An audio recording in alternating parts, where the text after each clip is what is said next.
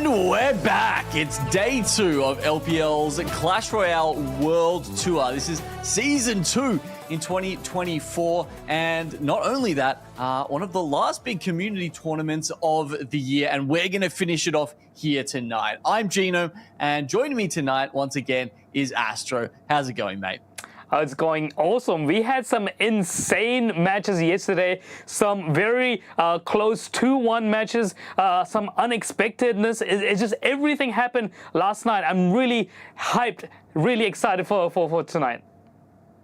Love to hear it. Me too. But to make sure that the viewers are getting excited as well, why don't we make sure everyone understands exactly how we got here? So having a look at the format overview, you get to understand that we've got 16 players that we had in the top bracket here. They're going to fight it out in a double elimination duels format, best of 3s all round. We played quite a few of them out last night, and we're going to go from the top 8 to the top 1 here in this final day. Now, it's not just it's not just this up for grabs tonight, Astro. You got to remember, as I mentioned, the community tournaments are coming to a close for 2024, and that means there's only a few chances left for these players to grab the points that will enable them to get a golden ticket and make it to the CRL World Finals. This is the state of play as it stands. As you can see, a couple of players already have secured their place in those global finals. Some, like Riley, Furin, Adriel, that are still in this tournament, are fighting to grab one themselves. Indeed, there are a lot of community points up for grabs in this tournament, apart from the cash as well. First place prize does get the 100 points, which might just boost you ahead of the competition and give you that golden ticket that you need to compete for the World Finals in Helsinki this year in November. Yeah, so as you could see from that leaderboard, Riley currently is in the position to grab that golden ticket. But if players like Adriel or Furin can do better and leapfrog him on those standings, they will be the ones to receive that and then go into that exciting CRL World Finals. Now, that's not all we've got here to play for tonight. There's also a lot of cash on the line. And as you can see, it's $11,500 US. We're up to the top 8, Astro, which means everyone here tonight is going to be walking away with something. Indeed, if you've made it this far, you will be guaranteed some money. Unfortunately for our players yesterday, like Ian and Wallace, who just went out a little bit too early, they just missed out on those points. Well, actually, they got a little bit of points, but I don't really think it's going to help their case so much. But yeah, no money, unfortunately, in this case. That just goes to show how tough the competition is right now, Gino. Yeah, you've got to be so good to get this far in the tournament. And not only that, but if we have a look at the upper bracket, we can see who's gotten this far without dropping a match. And you can see there's only 2 players left in that esteemed category, and that's going to be Muhammad Light as well as Riley.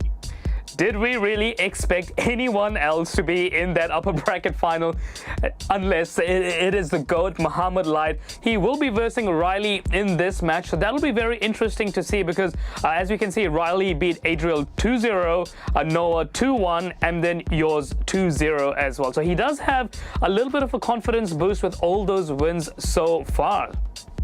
Yeah, it's pretty hard to get there without dropping a match, and that's why you see the other 6 players that we've got coming in tonight here in the lower bracket. So these guys have already dropped 1 match, but as you can see, they've made it a little bit further. So we're going to be starting off with some of these lower bracket matches. We will go back up to that upper bracket final, that very exciting match before too long. But we're going to start off here in the lower bracket, Astro, with the Noah versus Lucas matchup. Indeed, Noah played so well yesterday against Riley, managing to get that 1 round off him, but unfortunately wasn't able to secure the victory. So this is his chance now if he wants to do some damage, but he will be facing the golden ticket winner from the July monthly finals, that is OS Lucas. Yeah, it's a pretty scary prospect. But as you mentioned, you know, Noah has had some pretty big matches throughout this year and has kind of been proving himself. So let's see if he's got what it takes to take out Lucas.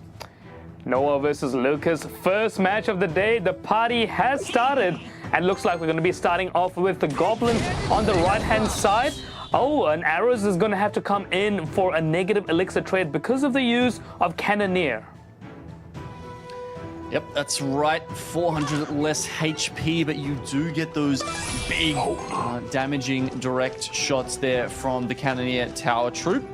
Magic Archer as well coming out of Lucas. I feel like we saw quite a bit of Magic Archer yesterday, and not only that, but it was one of the most impactful cards we saw, right? Like a lot of the times when the players managed to eke out the HP that won them a game was often off the back of a good Magic Archer setup.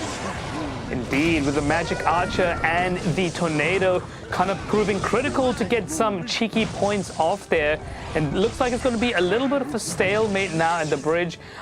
Looking at the Fisherman and Mother Witch, okay, it looks like we're going to be coming down with a heavy hitter, the Goblin Giant versus the P.E.K.K.A. It doesn't look like the Goblin Giant's going to get to the tower, and the well-placed P.E.K.K.A. is going to deflect all of these bowler shots onto the left side. Yeah, Mother Witch does get one hog out, which means we get a little bit of chip damage on the tower, but that's most of the damage that we've seen so far. I mean, almost 2 minutes in, and these players have been trading very effectively so far. Yeah, barely a scratch. Yeah, we didn't really see a lot of bridge spam decks yesterday, but looking at Lucas's deck, could this possibly be the bridge spam deck? Could we see the evolution battle round for the first time? Nice use of the Tornado there, activating the King Tower. Now that's really going to help with some of these spawny troops that's coming from Noah's side. Haven't seen that Evo P.E.K.K.A. come out yet, and we also haven't seen the 8th card, which presumably would be the second Evo. I'm trying to think. You know, sometimes I'm thinking back to when they introduced champions, and you didn't always see a champion in the deck, not 100% of the time. Do you always see 2 Evos in every deck? Yeah, with that second evolution slot being made live, it's pretty much a guaranteed to use those 2 Evos. Now, looks like the bowler is going to deal with this left-hand side quite well, and Noah might be wanting to start a bit of a counter push. Okay, but he decides to go Mother Witch at the back just to see what Lucas might be playing. Oh, lightning comes in, but it's just out of range of the tower. Yeah, nice Tornado to draw the Mother Witch directly on top of the P.E.K.K.A., which makes sure he gets a little bit more value from it. I guess, 3 for 4 trade, just a little bit of positive elixir there. But also, making sure he doesn't have to worry about any hogs or anything else going forward. Look, we're, well into overtime now, and the state of play has barely changed. Just a little bit of a hit on the right side tower now for Lucas, and yeah, look, not able to connect these lightnings onto the tower, which means that Noah is struggling to get any further chip damage here and try and take the lead. Yeah, it just looks like they're kind of struggling at the moment. Both sides are not being able to get to the tower. The P.E.K.K.A. is doing a really good job against the Goblin Giant. Meanwhile, the Golden Knight's ability, it can be used well to clean off some of those smaller little troops. So all it looks like is the spells that's going to be taking into account as we head into the final minute of this match. And just as I talked about, they were really struggling to get that lightning onto the tower, but finally Noah pushes Lucas' defenses far enough back that he can get a hit, and that's the first sort of big lead that we've seen a player take, and it's barely with a minute left in the match. The Goblin Drill comes out just at the end here, so that's what we were talking about. There has to be an Evo card in that last slot. Where is it? And it's only now that 30 seconds left we see it be revealed. Very strange. I mean, normally a drill is something that you'd really want to cycle. Because he's left it so late, I don't think he's going to be able to get to the Evo drill. A lot of troops coming now on the left-hand side. Golden Dash ability is going to be used well, but everything is getting pulled and unbelievable. That dash to dodge the lightning was a pretty cool move, but it doesn't really matter when he's managed to get 1,000 HP ahead. A big win there by Noah. It was so tight. It was so close for the majority of that game. Yeah, I mean, he played so well. He was just struggling to get his P.E.K.K.A. to the tower with all those little stabby goblins, and especially the goblins coming out of the evolved goblin giant's pouch. He just couldn't get anywhere with all of those ground units. So as we look at the stats, we see that Noah just managed to get a little bit more tower damage than Lucas. Yeah, it was a little bit more over the top. I don't think that was all from this game, because didn't even manage to get the one tower down in the end, I think it was. So either way, Noah does come out ahead. Yeah, look, it felt like there was so evenly matched there in single and double elixir time, and it was really only in triple elixir where we saw a big gap open up between those two decks. Indeed. I mean, really well played there. Noah now is one win away from reaching the lower bracket finals, or first of the two finals right there, to increase his chances to steal more of that 11,500 cash pot. But he will have to get through another round of Lucas. He will, and job's far from over at that point. Still quite a few rounds to get through if you want to put the crown on your head. And yep, look, only one match through this BO3. Yeah, it was interesting that the drill came out so late in that matchup. Is there anything you could point to as to why he couldn't sort of squeeze that in the first 3 or 4 minutes of the game? Yeah, I'm not really sure. I mean, it's not an extremely heavy card like, 10 elixir or 9, so that you need to only place it down at certain situations. I mean, he didn't even get to the evolved goblin drill, which is a really strong card in this meta right now. By leaving it to the last minute, I think he was just playing catch up the whole game, just trying to defend against his goblin giants. I mean, Noah did so well in placing the troops and just keeping the pressure on Lucas's neck the whole time. Yeah, it did kind of feel like Lucas was just trying to hold him at the bridge. And look, sure, he did manage to do that successfully for quite some time. But yeah, it really sort of overwhelmed him there in that last minute where he started to get pushed back, started taking lightning damage, and, couldn't sort of handle the pressure anymore. So we'll see if he can handle the pressure in our second game here as we get underway. Once again, it's Princess first cannon. Noah definitely preferring that tower troop. Yes, and Hogs coming now from Lucas on the left-hand side. Noah opts to use the Evo P.E.K.K.A. in this case, but because the Hogs have a little bit more HP, the P.E.K.K.A. can't one-shot it. And with that Cannoneer, with that so slow attack speed, it just manages to do so much damage there onto the left-hand side. Yeah, it's a really rough kind of combo, isn't it? Because you've got two very slow attacking troops, and that means they just get so much damage in, whereas Lucas has a perfect defense against this P.E.K.K.A. Ram combo. And the first time, I believe, we're seeing the Evo Battle Ram, at least in the first 2 days that we saw in the broadcast. Yep. Delivery is going to be coming down to protect the Lumberjack from getting to the tower. But yeah, it looks like now we have a lot more bridge spam in this Pro Division meta, which is nice to see. A little bit of a change up from yesterday. Glad to see the players have gone away and come up with something. I'm not going to say new, but at least a little different from what we saw in day 1 of the action. Now, we've seen, obviously, the Battle Ram coming out and needs one more cycle to get the Evo version, but not for the P.E.K.K.A., who's already charging across the bridge. How do you feel about this decision to split the P.E.K.K.A. and the Battle Ram onto the different lanes here?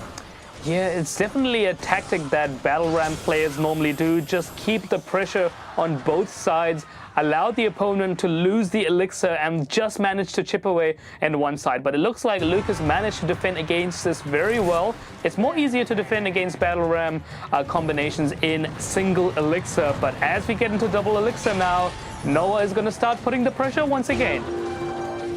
Having to just play some troops at the back here to make sure it doesn't bleed too much elixir. The Ice Spirit being just enough there to activate the second phase of the Goblin Demolisher. Now, I think we're going to keep seeing those Teslas played in the middle as Noah continues to split his troops. You can see Lucas backing them up there. That's what he needs to try and defend both lanes at the same time. Yeah, beautifully played there by Lucas. 2 Teslas on the map, and then 10 seconds later, a third Tesla. I mean, just look at the cycle cards that Lucas has. He's able to defend against Noah's heavy Brit spam deck, and doesn't matter what he plays, he's able to defend against that. But as we head into overtime now, can he break through the Tesla mountain? Yeah, and not only that, but he's defending so effectively and efficiently that he's able to just keep cycling these earthquakes on the left-hand side, which is giving him by far the damage lead for the moment. Of course, you know, a single breakthrough with an Evo P.E.K.K.A. would mean that Noah could even things up, but it doesn't look like that's going to happen anytime soon. Even throwing out a log just at the last moment there after the Lumberjack, I think, might have snuck in a single shot. Yeah, there was a wasted log there. Unfortunately, the Lumberjack already got the shot, but it looks like Lucas is going to try and cycle the Earthquakes as much as possible and play defense, because he knows with all those troops on the map, the Hogs are not going to get anywhere. He can use it as a pressure tactic to try and divert some of the attention, but it looks like it's going to be defense Earthquake. Wow, you can see the Ice Spirit coming in clutch there. He needs that to make sure that the Archer Queen doesn't get one-shot by the Void. But, I mean, yeah, look, these Teslas are just going to continue to get spammed. As you mentioned, it's a very small, short 4-card cycle from Lucas, which means that the Teslas are just going to continue to get spammed. And, you know, when he can cycle Earthquake on top of that, he's just so far ahead. Yeah, 3 Teslas on the map there just about 10 seconds ago, and he's just played the defense game so well in this one. The Evo Battle Ram not managing to get anywhere near the tower and pushing all the troops away. It looks like Noah has fallen to Lucas's mighty defense. There you go, and the Hogs, despite grabbing a bit of that early damage, only come out there in the end as a bit of a celebration. And Lucas, as we can see, fresh out of the shower, apparently doesn't have his hair doesn't have quite the buff it had yesterday. You know, it was looking glorious. Maybe by the time we get to one of the later sets, he'll be back to his former glory. Indeed, it's pretty early right there in Brazil, I believe. So no, he's played pretty well considering the time in the morning. Noah from Kazakhstan as well. Of course, he's going to be fresh at nighttime. But this game was very well played there by Lucas. I think the defining moment was actually in the first 10 seconds of the game when Lucas sent those Royal Hogs, managed to get to the tower, and Noah, with his Cannoneer and P.E.K.K.A., just allowed so much damage to just pass right through. Yeah, it was, I think it was just a bad starting hand, right? Like, it was, you know, really tough when you get in that situation just because of the particular interplay between the cannon and the P.E.K.K.A. there. You know, it's just a little bit, you know, not enough damage to be able to one-shot those Hogs, which would make that push a lot easier to deal with. Yeah, especially when the P.E.K.K.A. is targeting one troop and the Cannoneer is targeting another troop, then you see that the damage is kind of spread out across the 4 Hogs, allowing the Hogs to get a little bit more chipped onto the tower. So depending on your placement of your P.E.K.K.A., whether you want to place it slightly to the right or to the left, that can also have a really big effect when you have a tower troop like Cannoneer. at hand. Yeah, one of those times where you really wish you could just like micro your units in Clash Royale and you know, tell them to focus fire a little better. But you know, that's all up to your placement and being able to sort of sync that stuff up. Well, it's 1-1, and is that? Do we see Pekka from both? Yes, I believe so. Already? Pekka's out of the question now. Yep. You know, no Inferno Dragons we've seen come through this time. Who knows? Maybe that means there's a Lava Loon to finish off with. It was more often a deck we saw at the start of BO3s yesterday, but you never know. Could sneak in considering the lack of air units we have seen so far in this series. Yeah, we definitely saw a lot of Lava Loons being used yesterday, as well as quite a few mirror matchups. Lava Loon being paired with Evo Valk, with Evo Barbs and Void, some very popular combinations, but it looks like we're going to be going off with Hog versus Mortar. And those bats go out. It looked like Lucas was just trying to cycle them. I think he probably would have preferred that they were on top of that Hog. Instead, he has to commit the guards instead, and that's a couple of elixir that he probably would have preferred in his back pocket. Yeah, I mean, wow. Gets the King Tower activation. Yeah, with the last game, we saw that Noah made the mistake right in the first 10 seconds, so he doesn't really want any of that happening in the beginning. The Hog now coming onto the right-hand side. Lucas doesn't have a building just yet, so it is going to get one shot, I believe, but a Miner versus Mighty Miner, a stalemate at the bridge. Yeah, I mean, you can see that King Tower coming out already.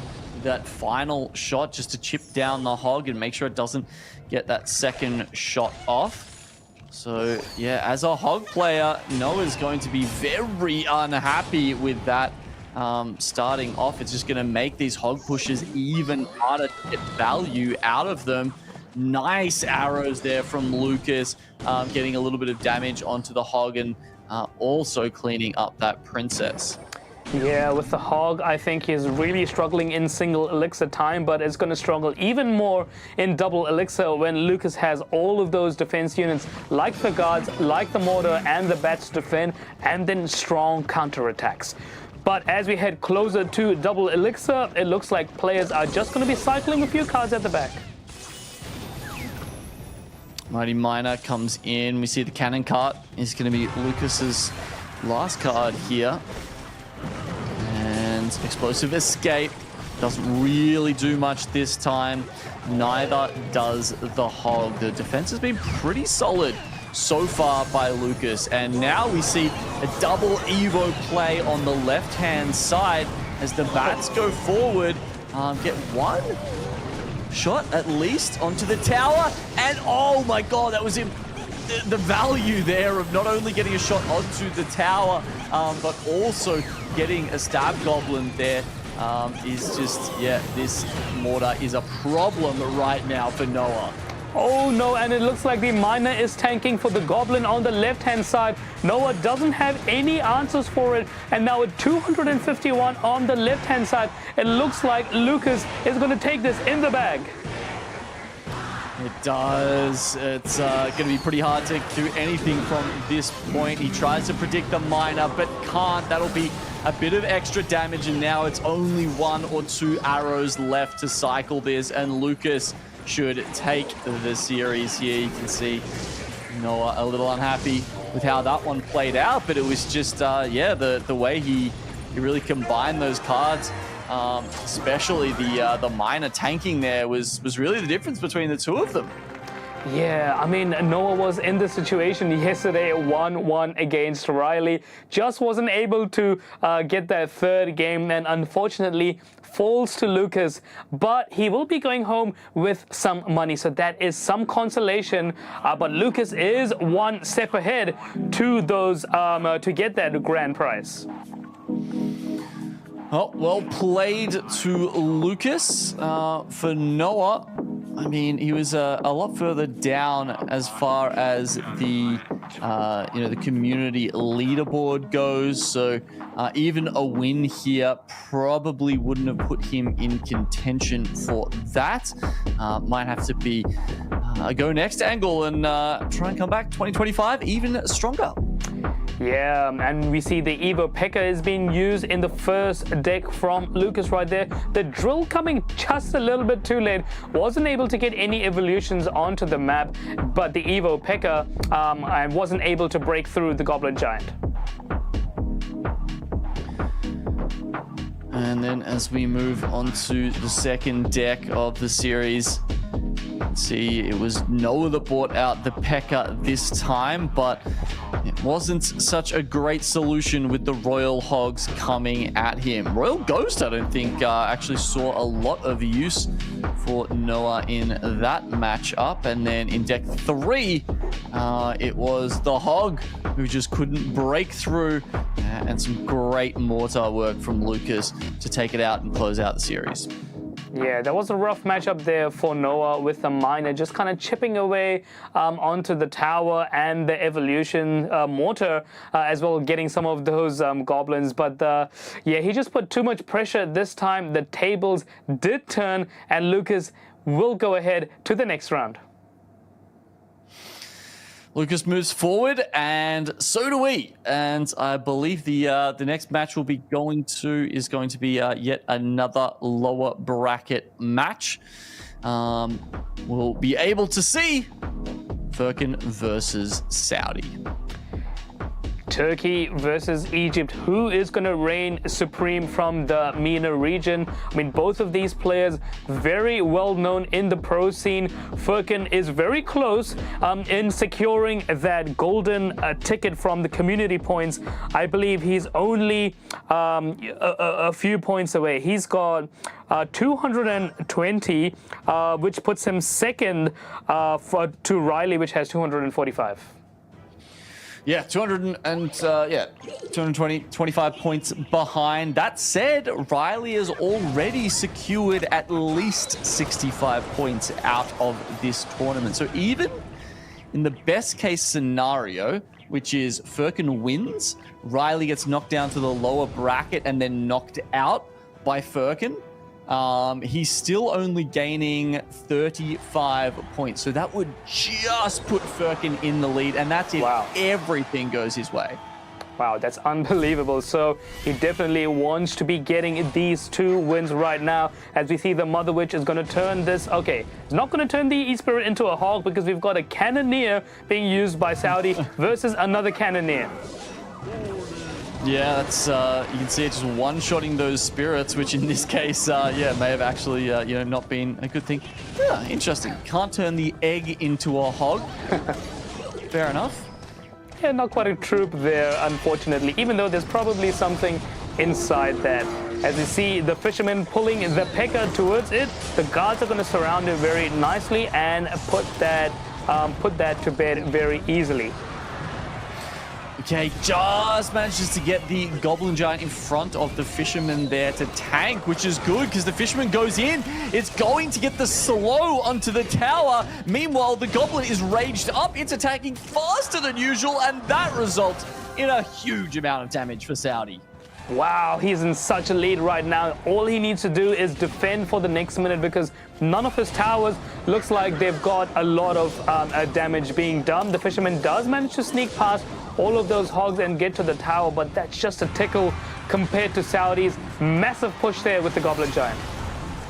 Yeah, I mean, it just seems like such a great defensive setup for Saudi here. The Fisherman, Mother Witch, Bomber, even the Bowler, they all just seem very well designed to deal with what Furin is throwing at him.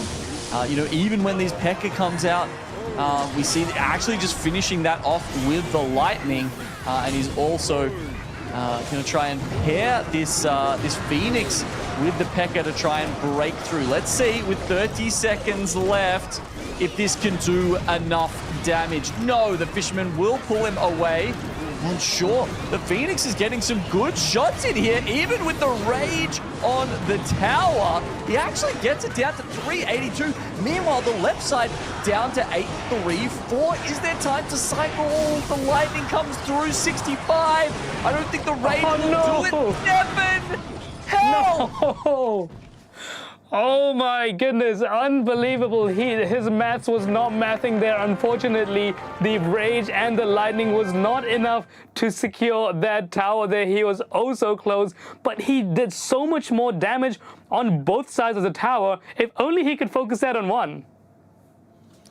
Yeah, it's a little sad, isn't it? But oh man, yeah, was he doing the maths in his head? Like, I mean, I guess at that point you just throw everything at it and kind of hope it gets you over the line, right? And this time, unfortunately, it doesn't. But yeah, 7 health. I mean, obviously, if that tower had gone down, all of a sudden, Furkan's much closer to getting the 2 crown and taking away the victory in game 1 there. But yeah, look, the defense from Saudi at the start of that was just too strong.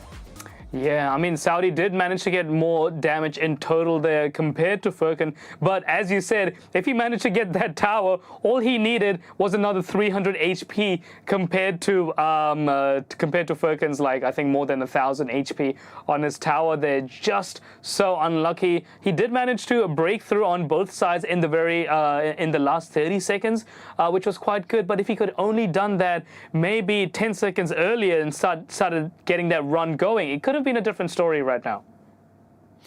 Yeah, if only, right? You gotta hate it when you get to the dying seconds and you can just see the game slipping through your fingers. I mean, there was really good use of rage there, though. I think it has to be said by Saudi. I mean, it really maximized the damage for the Goblin Giant when it got to the tower. Also, even on defense, we saw it in kind of coming in clutch here. I'm trying to think, apart from the Goblin Giant, are there other decks at the moment we're seeing where Rage is really that useful? Yeah, trying to think. I know it's being used a lot in E-Golem decks, for example. E-Golem, Healer, and then you just spam the Rage and let everything get onto the tower. I mean, I personally use the Lava Loon with the Rage. I find that to be quite an interesting combination there to just allow that Loon to speed past. And we have seen a few balloons with the Rage being used in yesterday's, but not paired with the Lava.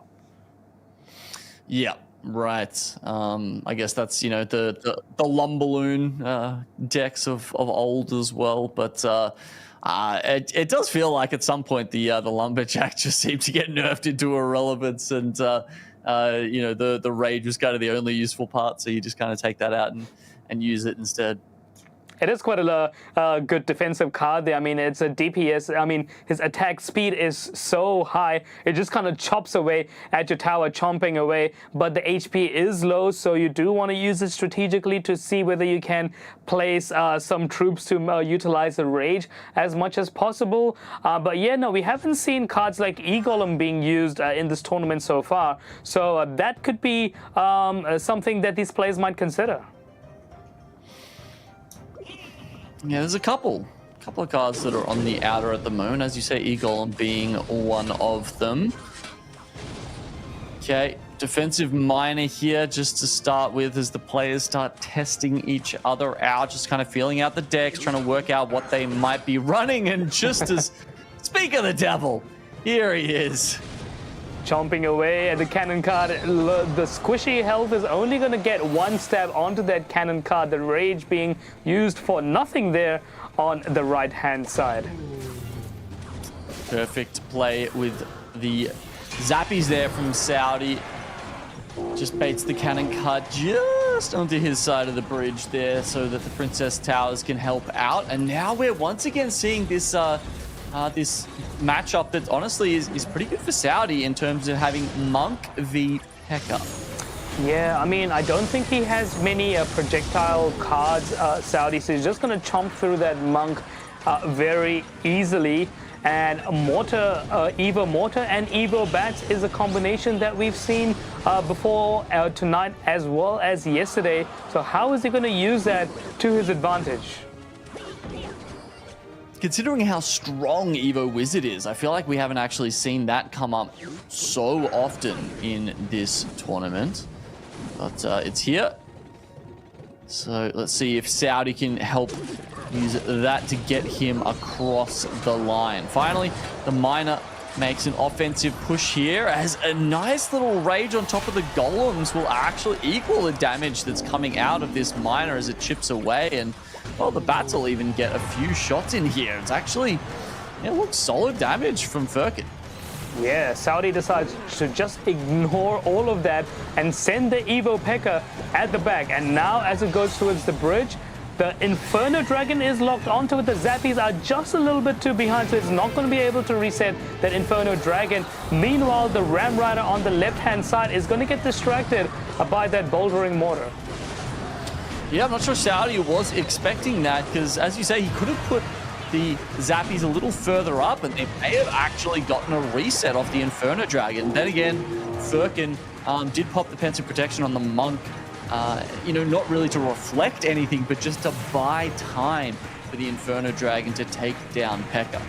You're right. I think that's all he can do in this stage is just buy time, give that little bit more HP boost for your other troops to clean up. Once again, we see this interaction where the Zappies are just a little bit too behind, not able to reset the Inferno Dragon. Meanwhile, the Ram Rider meeting the Evo Mortar. So it looks like we have another stalemate of the same interactions. Nothing is working for both of these players right now.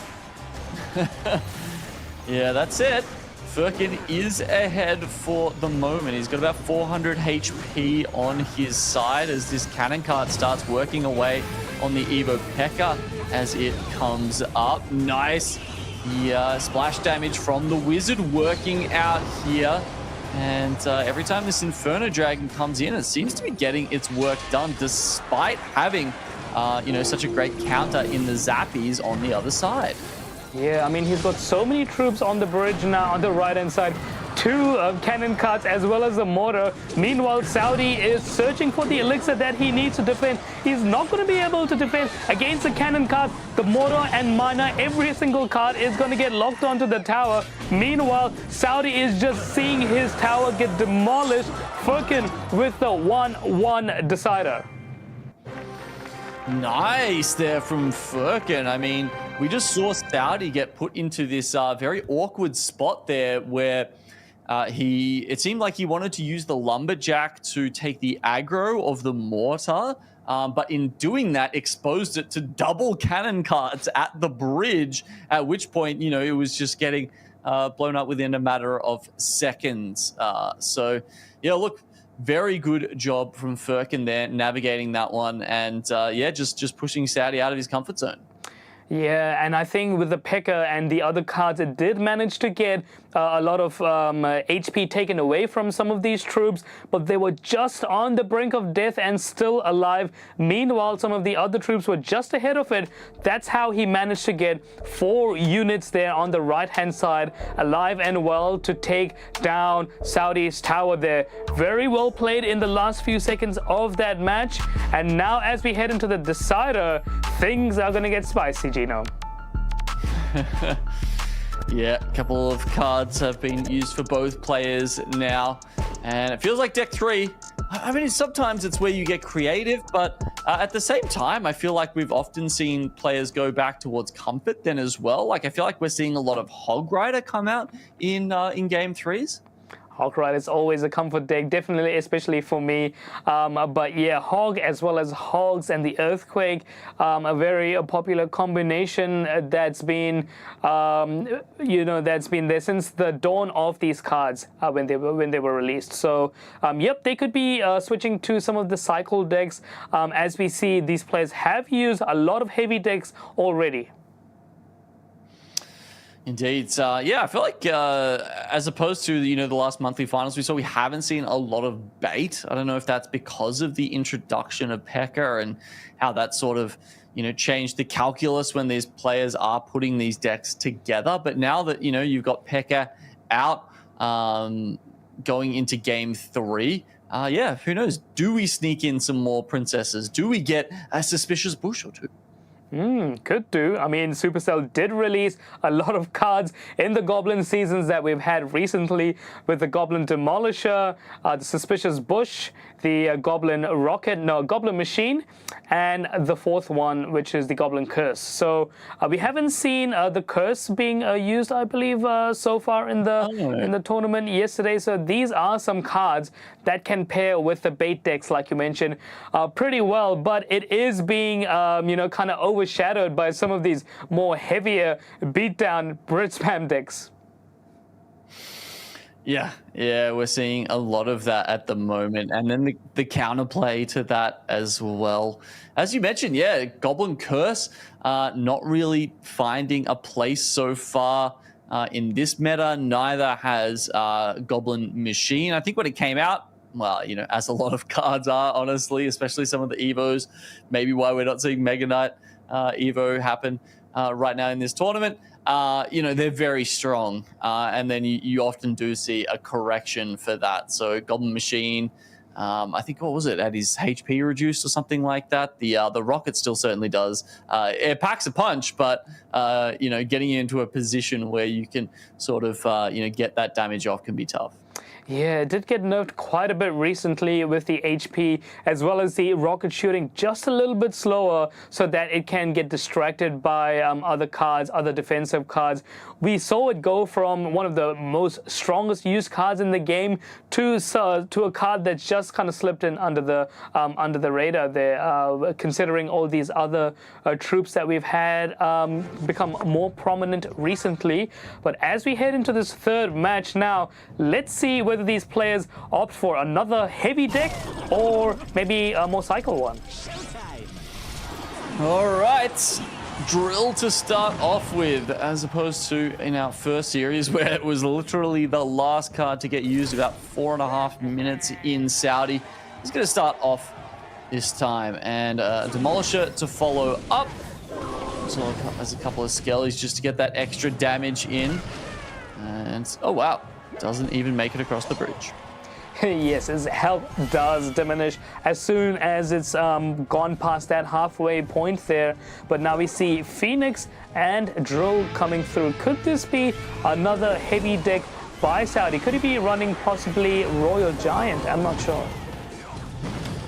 See the poison come out here just to pop that wizard's shield, but also does enough damage in conjunction with the log to make sure he gets taken out just as soon as he crosses the bridge. Valkyrie on the defense, though. That's a great prediction by Saudi, and will put him in good stead to mitigate a lot of the drill chip damage coming out from Furin. Yeah, with the recent evolution that Drill has got, that little purple diamond over the top will show you where the opponent is placing the drill. So it's a little bit more easier to defend now against that normal drill. As we see, Saudi sends his own drill to the right hand, to the left hand tower. Meanwhile, the log is going to kill the first wave, while the second wave is going to get taken down by the mighty wizard. Well defended. Tesla coming up and revealed as Saudi's last card. Seen how powerful that card can be in particular, but it's not necessarily the best when you're thinking about drills. But as we mentioned, he's got the Valkyrie in the pocket, so he's not too worried about that. What Saudi does need to be worried about is how he gets his damage in now. Yeah, with the drill and the poison, that's probably going to be the key to victories. Meanwhile, Evolution Drill coming on both sides tower. Saudi just has a Tesla to defend. Meanwhile, Furin has got the Knight as well as the Skeletons. It doesn't look like any of these goblins are going to get too much value on both sides. So very good defense played by both players. Very solid. Phoenix not making it to the tower either, and as soon as the drill goes down, we do of course have the Valkyrie there to meet it. So yeah, a bit of a stalemate at the moment. I mean, yeah, what can these players do to start pushing past this and taking the lead one way or the other? Because at the moment it's literally 5 HP between. Yeah, I think Poisons is probably going to be one of the only ways to kind of chip through, get that cycle damage, especially as the elixirs count faster in triple elixir time. Meanwhile, Furin is going to go for that Evo Wizard there on the right-hand side and the Evo Drill on the left-hand side. Some of these goblins are going to connect. Yeah, they are. A couple of stabs coming through, and that means Furin is now in the lead. The Phoenix just a little bit too far to get any death damage done to the tower, but he's going to double up using the Evo Drill and the Poison at the same time to take that lead back. 1435 versus 1774, 1744. It could be anyone's game at the moment. Who's going to be able to cycle those drills and the poisons faster? That's going to be the aim of the game right now. And it looks like we're going to have another Valkyrie on the left-hand side to defend against the Goblin Drill. Just one after the other, punches back and forth. And Saudi, with his poison, seems to be getting a little bit more value. Maybe it's just the Valkyrie and how easily she's able to take the goblins down after spawning. But at the moment, Saudi has the lead. And with 30 seconds left, he's got it down to 500. That lead has just extended quite a lot as he starts bridge spamming in triple elixir time here to try and push this all the way. All of a sudden, a few extra shots come through, and with the poison on top of that, Saudi should be taking this game. 300 to 50. It was getting pretty close there, but you can see Saudi extremely happy with himself for finishing that one off. Oh, what a sigh of relief there from Saudi. Just in the nick of time, with 2 seconds to go in that match, just manages to get a few more stabs from those goblins onto the tower. Meanwhile, Furin's dream has come to an end. A 2-1 victory. He will be going home with fewer community points than intended. Yeah, as you mentioned and we were talking about before, this was extremely important for Furin if he wants that golden ticket.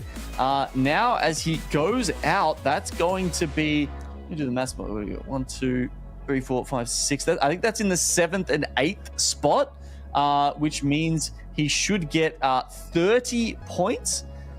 But as we mentioned, that's going to put him at least at a deficit of, 35 more for where Riley was. So it looks like Riley will be, in fact, increasing his lead over Furin on the community leaderboard at the end of this tournament.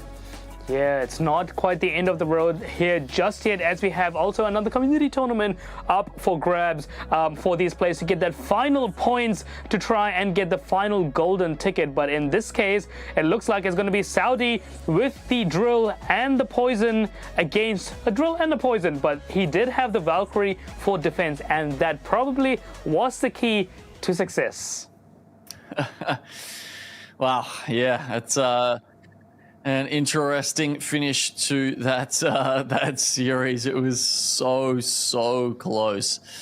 Well, Furin, he's tried his best. Unfortunately, top 8 was all he could manage, which is, look, it's going to put him in decent stead. But yeah, unfortunately, that will be the end of the road for him. Now, the next matchup, Astro, I'm sure you're going to be looking forward to this one. We are going back to the upper bracket to see Muhammad Light versus Riley. Oh yeah, baby, here we go. Muhammad Light has got 200,000 subscribers versus Riley 300,000 subscribers. But of course, Muhammad Light has won the last LPL season 1 of the World Tour this year, as well as the season 2 of last year's tournament. Can he push his mighty lead ahead and get the so needed victory over Riley? Look, Riley might be counting his subscribers, but I'm pretty sure Muhammad Light is used to counting dollar bills when he takes home these wins and keeps winning these tournaments. Let's see if he can do that today against Riley. It's going to be a hell of a showdown here. Of course, the winner of this one will go on to make it straight through to the grand final. That's a guaranteed top 2 placement, at least a couple of grand, as well as a good amount of those community tournament points, which again matters for Riley, just in keeping his lead.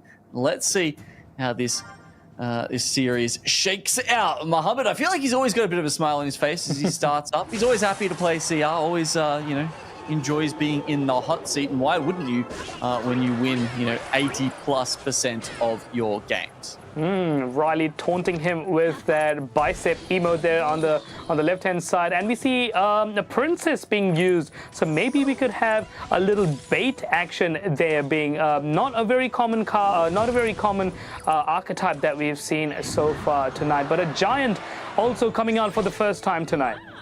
Yeah, I mean, look, not common for everybody, but Mo's pretty good at piloting it, right? So let's see how that matches up against this beatdown deck we're seeing here from Riley.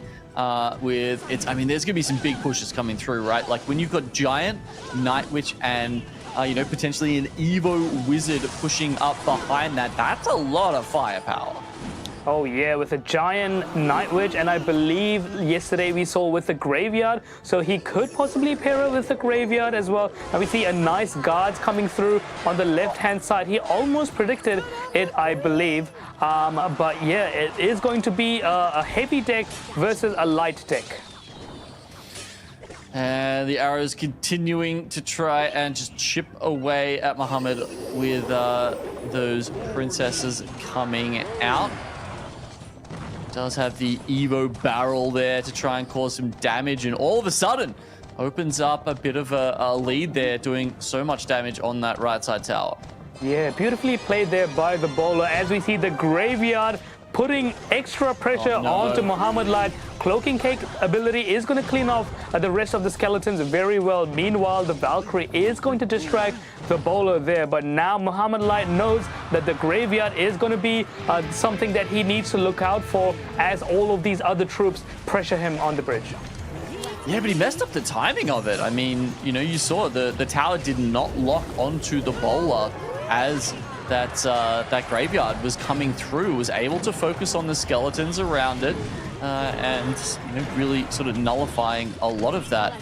Interesting that we're getting different directions here for the Giant as well as the Night Witch, but this time he does take the aggro, and that will allow him to get quite a bit of damage through.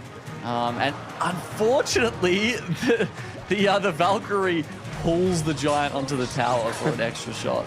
Yeah, I mean, pulling all the skeletons away is an advantage, but then you don't want to pull some heavy, strong hitters onto your tower, as we see another Princess and Val coming down, kind of spread across the map right now.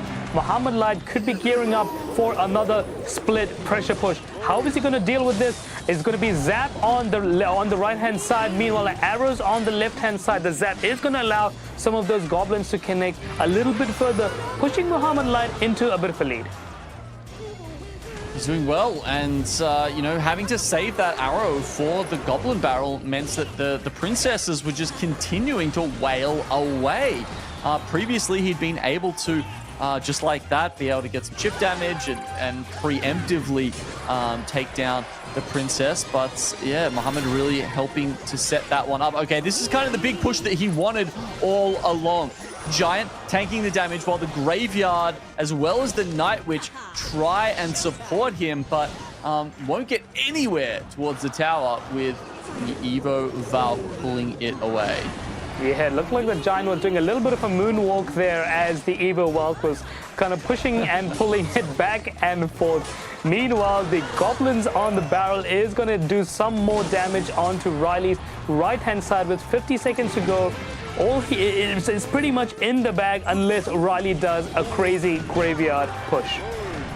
Well, I mean, he's got time for about one more, right? So with 40 seconds left, he really needs to come on here. There we go. Times it a little bit better here. Doesn't have the Evo Valk this time, so Giant goes straight towards the tower. And in fact, when the Evo Valk does come out, it's actually a negative potentially here. No. But this Goblin Barrel comes out at just the right time. So many stabs coming through, and now the Giant Snowball will finish it off.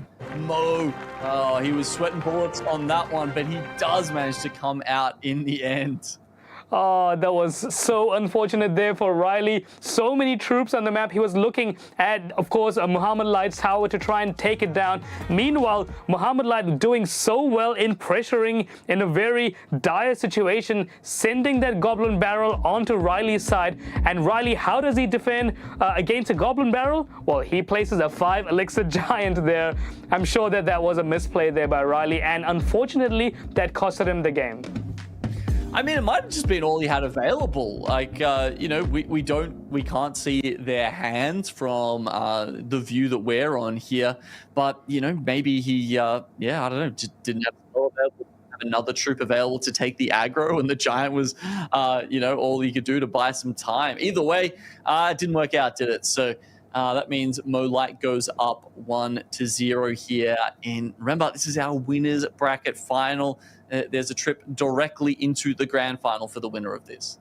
Oh yeah, and Muhammad Light is just one win away from getting to that next final there with that juicy cash prize on the line. 5,500 for the first place and 2,500 for the second place victories there. So a lot of cash on the line and a lot of points for Riley.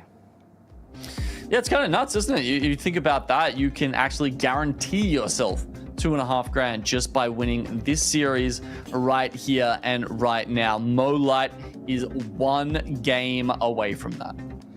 Yes, Riley definitely needs to turn this one around right now. He needs 2 victories in that bag if he wants to go to the next round, because if he gets pushed down to that lower bracket, things are going to be a little bit more difficult. He will need to play a couple more games to come back up again. As we see the lower bracket now, Lucas is going to be versing Alli. Of course, Alli is also in contention for the community points. He's about 4th or 5th, I think, on that community leaderboard. Yeah, it's definitely in with a chance. I think it's the other tournament we've got available. I think it's the last Dragon League is the final community tournament after the LPL World Tour. So, you know, between these two events, what is that, like 200 points available? So considering that Riley at the start of this event was only on 200 and what was it, 25? Yeah, that's like, you know, that definitely is a pace that you can make up.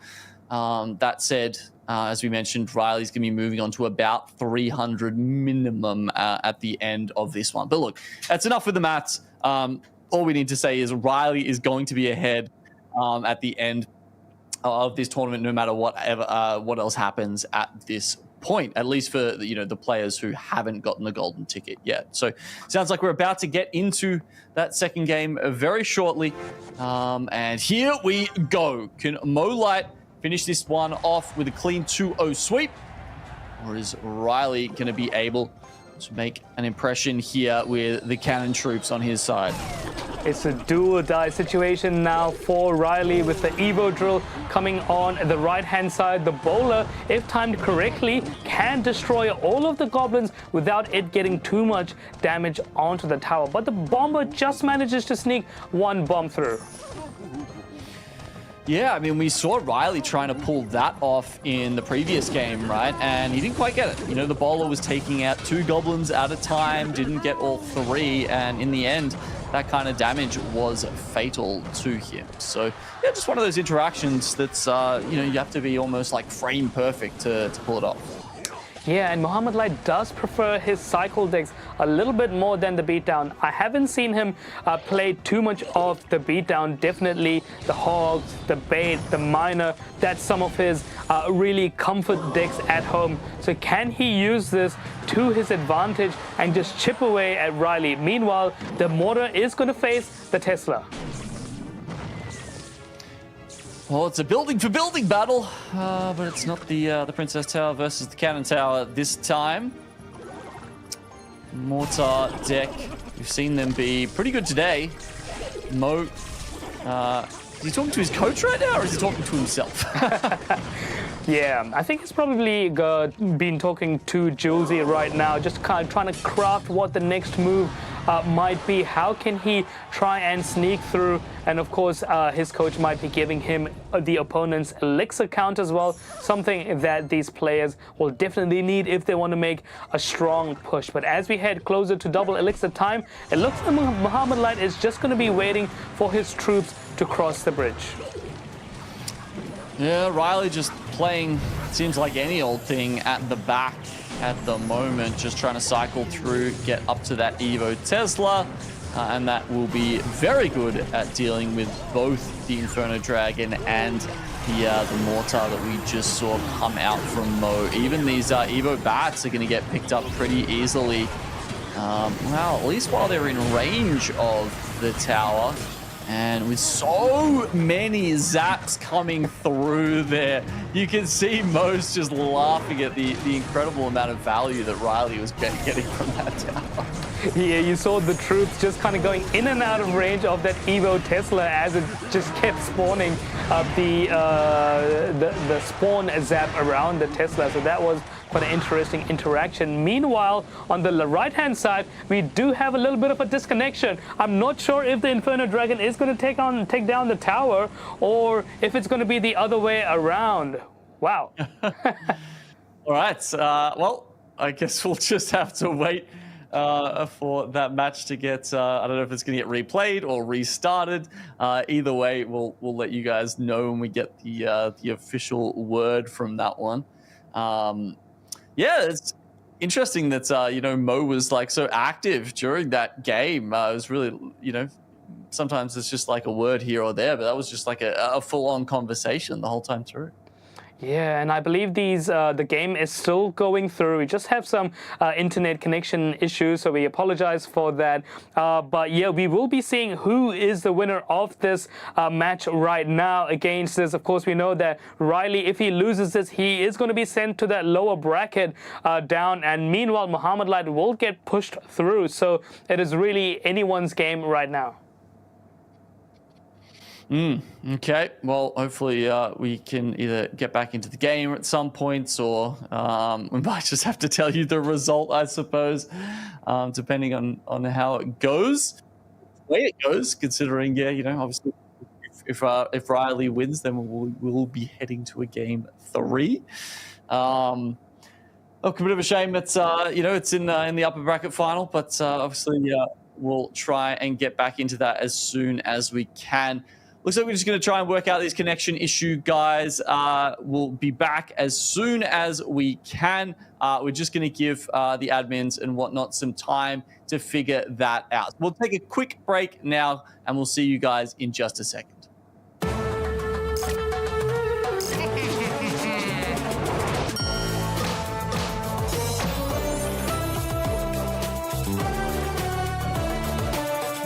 Introducing the new and improved LetsPlay.Live. New look, new feel, new tournaments. Play and compete in dozens of esports tournaments from Open Division to Pro. Check out our new platform at LetsPlay.Live.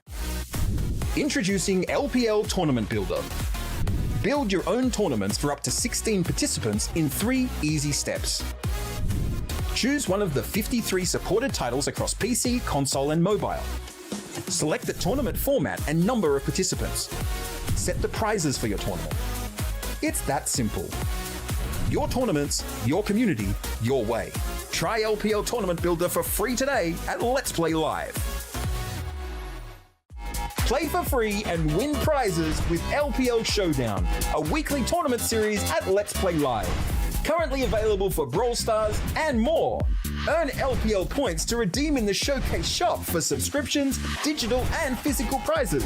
Subscribers can also win cash prizes and receive double the LPL points. Sign up for free today at Let's Play Live.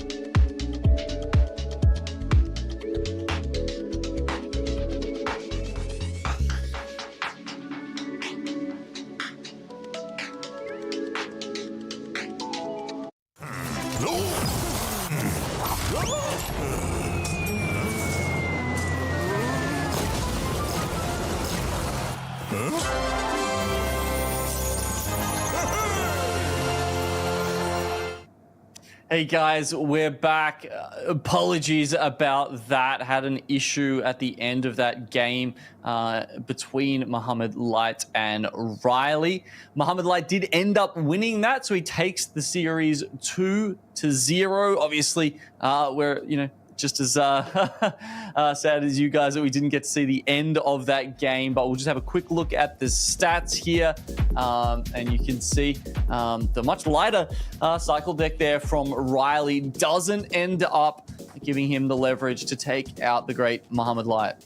Yeah, I believe just before we had that disconnection, we saw that Inferno Dragon there on the tower. I wonder if that might have got him the rest of that tower right there.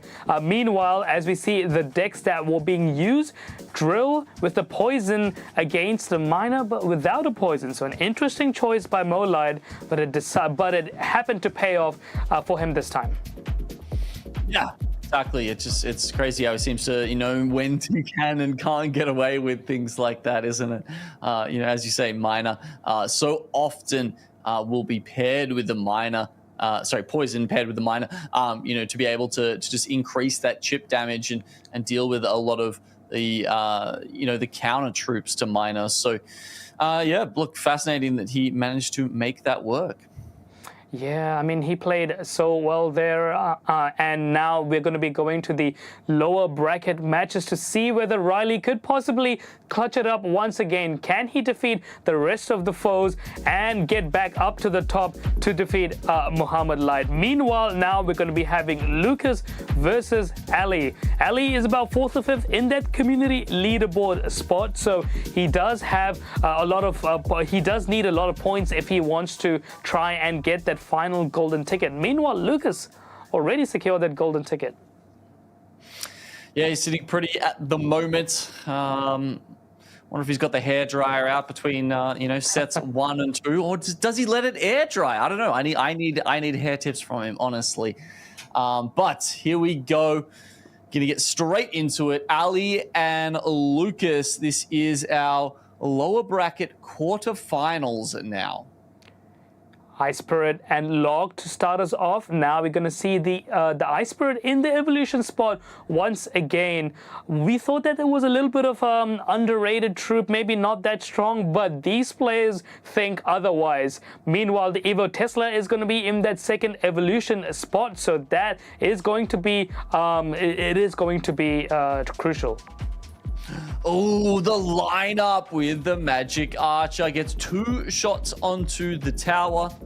It's a nice little start here for Alli. And, I guess you'd have to say, right, these the cannon troop, tower troops, a little more helpful during elixir time and have smaller amounts of enemies to go up against. So, anyway, you can help utilize that during sport time.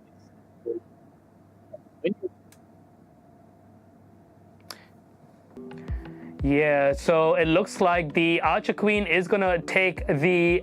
it's going to be a little bit of a stalemate there on the bridge right now. Magic Archer coming on the back, and it looks like we're going to have a little bit of a bridge spam drill kind of cycle, a very hybrid deck against Lucas. In the last spot, I believe we could be seeing either Hogs or Hog Rider, which will be coming soon, hopefully, I believe. Interesting. Okay. Well, we've got, there you go. There's the Royal Hogs coming out from Lucas. They do get dragged to the middle with a tornado, so that's a nice little bonus for Alli there, getting the King Tower activation. Doesn't look like Lucas is, entirely perturbed by that. And guards on defense. Just going to keep spamming those and probably try and get some earthquakes on the back of them at some point to try and push these tower HP down even further. Pekka, the final card from Alli.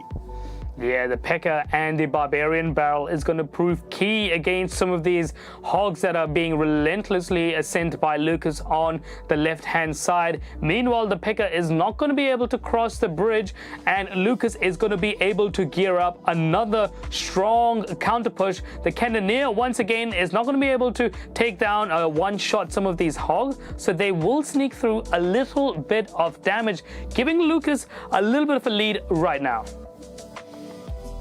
Yeah, but he's not having the same issue as we saw earlier in the day. Of course, a lot of other troops plus the King Tower helping out as well.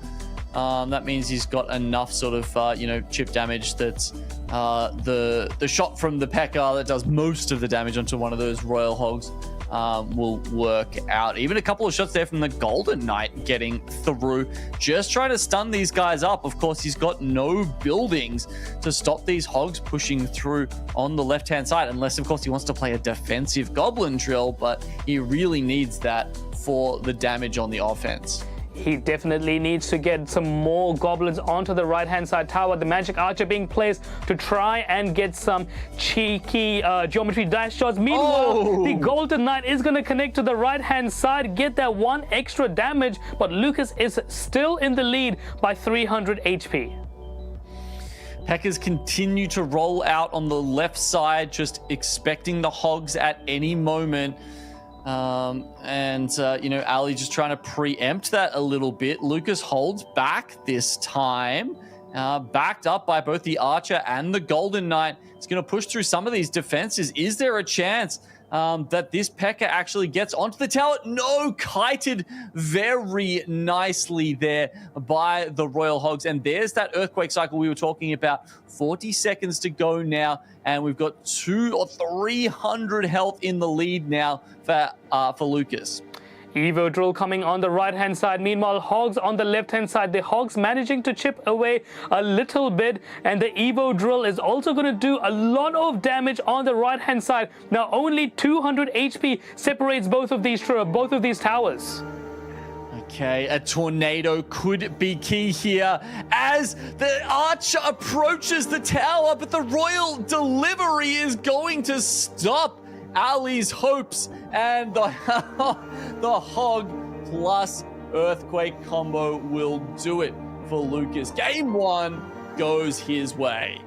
Looks like the little bit more moisture on his head is proving to be effective in this case, just managing to get some more of those hogs stabbing all the way to the tower. Like you mentioned, no building from Alli is going to be proving costly for him as he loses this first round, and the Earthquakes just cleaning off the rest of the troops. Yeah, look, there's always compromises you've got to make in a deck, and unfortunately he picks the wrong time to not have the building in there. I mean, Tesla, of course, we've seen be probably the prime pick for anybody looking for defensive buildings. You want that in the Evo slot, but, going with, P.E.K.K.A. and Goblin Drill there doesn't really leave a lot of space for it. Indeed, and the drill did do quite a bit of damage on the right-hand side, but the Goblins were being distracted by some of those defensive troops very well. Now, we've been seeing a lot of Cannoneer and a lot of Princess, and surprisingly, I haven't really seen many Dagger Duchess in this tournament so far. Has it been nerfed so much that players just don't want to touch it? It kind of seems like it, doesn't it? It's just not really in a place right now where it's seeing any play whatsoever. It's really, I feel like the cannon, obviously is extremely good. You're getting so much damage out of it, even at the cost of a little bit of health. I don't know, like when you're trying to construct a deck and then, choose that sort of tower troop around it, is there something that would make you lean one way or the other when you're picking between those two options, the cannon and the princess? Yeah, we have seen players opt in for the Cannoneer when they're running more heavy decks, and Princess when they're running lighter decks such as Hog and Bait. So that really helps with their synergy and the rest of their troops very well. But of course, each troop does have its advantages and its disadvantages. The Cannoneer dealing heavy damage but at a slow speed, as well as a reduced HP. But sometimes these games are decided just by 200-300 HP, and choosing the wrong tower troop can make all the difference.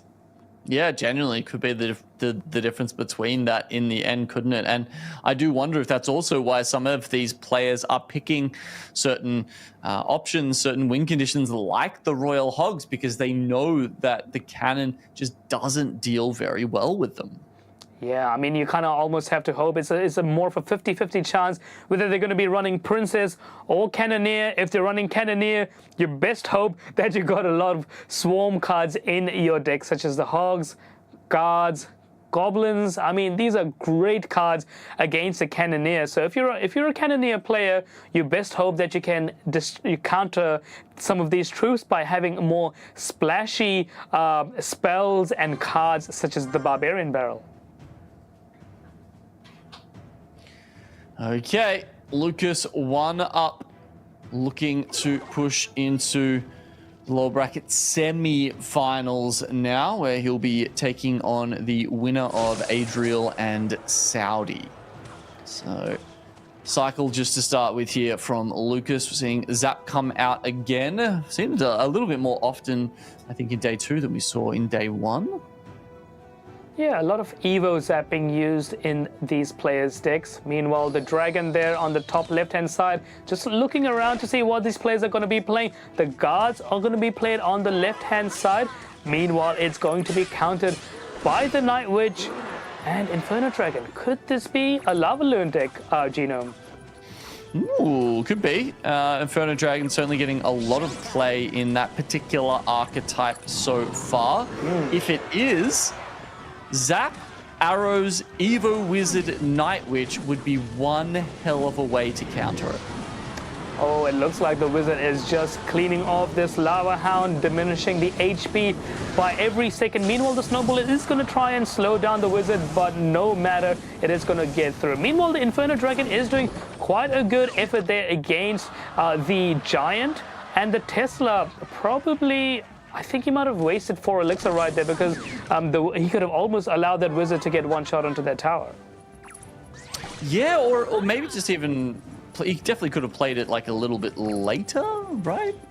You know, he wasn't... I don't think he was bleeding elixir just yet, in terms of like just saving a little bit of HP so it can, you know, I don't know, do some more damage. I don't think it would have actually made that much of a difference in the end. Either way, I still think Alli is going to struggle very much against this deck from Lucas, because it just has such fantastic anti-air options. So many air cards, so that's why he has to push his balloon onto the opposite lane. Meanwhile, the Graveyard coming onto the right-hand side. The Bowler is locked onto the tower. The Skeletons are doing so much damage. Meanwhile, the balloon, everything is just chaos right now on the arena, Gino. Yeah, they're trading a lot of damage, and honestly, you know, I think it's a very interesting decision coming out of Lucas, and he actually manages to take that right side tower. Not only that, he's starting to push onto the left one as well. They trade in the end, these balloons just running amok, being left unchecked. Meanwhile, Lucas has got significant damage on both of the remaining towers from Alli here. Alli needs one big push, but if Lucas does start focusing on a little more defense, it's very offense focused so far. I feel like it could just only be a matter of time before another one of these towers goes down. Oh, the Snowball to slow down. Meanwhile, the balloon is going to get one shot. Now it's going to even things up on both sides. Oh my God. Now it looks like Alli is the one who is in the lead and is taking a little bit of pressure there from Lucas. Yeah, Lucas is just being so aggressive right now, and it feels like he just has the perfect counter cards. Already having the one tower down means you can very easily play this Giant to grab the aggro and then follow up with the Graveyard.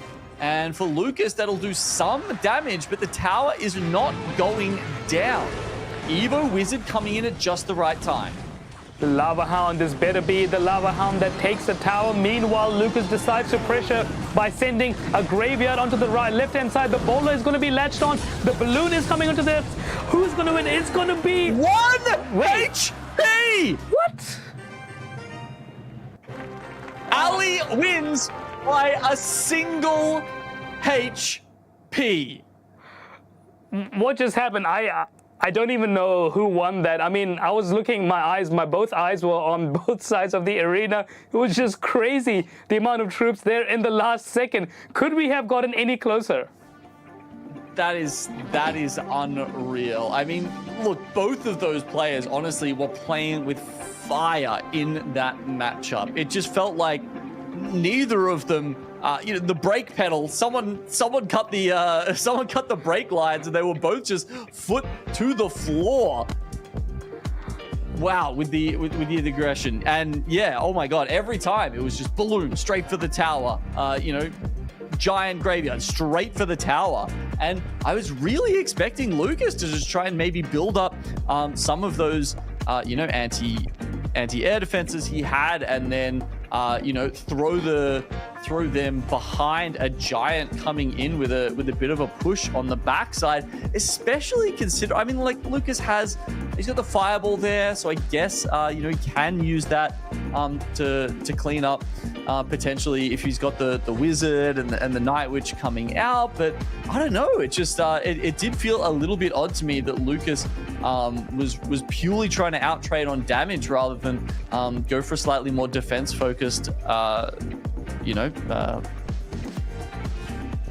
Yeah, you're right. I think the Lava Hound, like you said, was just trying to, get to the tower, but you said it was not going to be a good matchup for him. Meanwhile, Lucas decided to send some more of this Graveyards down as pressure instead of defending. But in the first deck, Lucas did manage to take the win with the Royal Hogs. So now we're going to be in that 1-to-1 situation to decide who is going to take that 5th, 6th spot. Yeah, it's going to be a tight one here, and that's 1-to-1 by 1 HP. I mean, yeah, Lucas looked devastated. I mean, I don't know how many times in his Clash Royale career he's lost by a single HP, but like, it can't be that many, right? I mean, you just don't see that every day. I mean, it's unbelievable. It's certainly very rare. I haven't experienced it, but something like this definitely can come up on that TV Royale there if you have that 1 HP deficit. But, normally when players go to that 1 HP difference, it's at the end of the game when, let's say, one player has got 534 and the other one has got 533, then all the health gets taken down, and then we had that 1 HP difference. But this time it was raw genome. It was actually 1 HP. Yeah, there was just there was like somehow like a Jenga castle with like a single brick up the top. All you had to do, like the guy could have come along and just kicked it down the bottom. The entire thing would have crumbled. But look, that's enough to win you the game apparently. So. Look, an incredibly close game there in the middle, and now that means we've got a close series as well with 1-1. We'll have to see what these final decks look like for Lucas. Yeah, I mean, I was kind of shaken aback. I'm sure that Lucas is probably shaking right now after that loss as well. I mean, we probably need to go in 0.25 times speed to actually see what happened there in the last 5 seconds, because there's so many things happening, right? Yeah. With the lava loon, the balloon, and the bowler, and the graveyard, and just some troops just managing to get more hits than the others. It was just chaos. Anyone's game, literally, at that moment, and that is going to unfortunately push Lucas to that 3rd round decider. Can he take it and progress to the next round, or is he going to fall down to the mighty Argentinian? Yeah, and you got to wonder as well, was there something you could have done? Was there a troop you could have placed 0.1 seconds earlier to make that difference, to get that extra damage, that extra hit in? Well, I'm sure someone will go back over it in the replay and try and work that out. In the meantime, we're going to finish the series off. And both players kind of showing their hand a little early on here. Ooh, nice. Even gets the Phoenix reset there for Alli. That's some nice little damage onto the P.E.K.K.A. as it wanders across the bridge. Yeah, we don't really normally see a lot of those respawns there, but with the P.E.K.K.A. taking most of that aggro, it's going to be fine. Meanwhile, the Void is not going to do a lot of damage as he's got 2 buildings in that radius right there. The bats are going to stop the cannon cart and on the bridge. Meanwhile, the mortar is probably... Oh, wow, it doesn't even sneak a shot. That's crazy. Yeah, that seemed like the longest reload I've ever seen. I don't know where the, maybe the guy who has to put the cannonball in there, was having a nap or something. But either way, Alli, unfortunately, doesn't get that damage onto the tower that he would desperately needs at this point, because he is now about 1,200 HP down.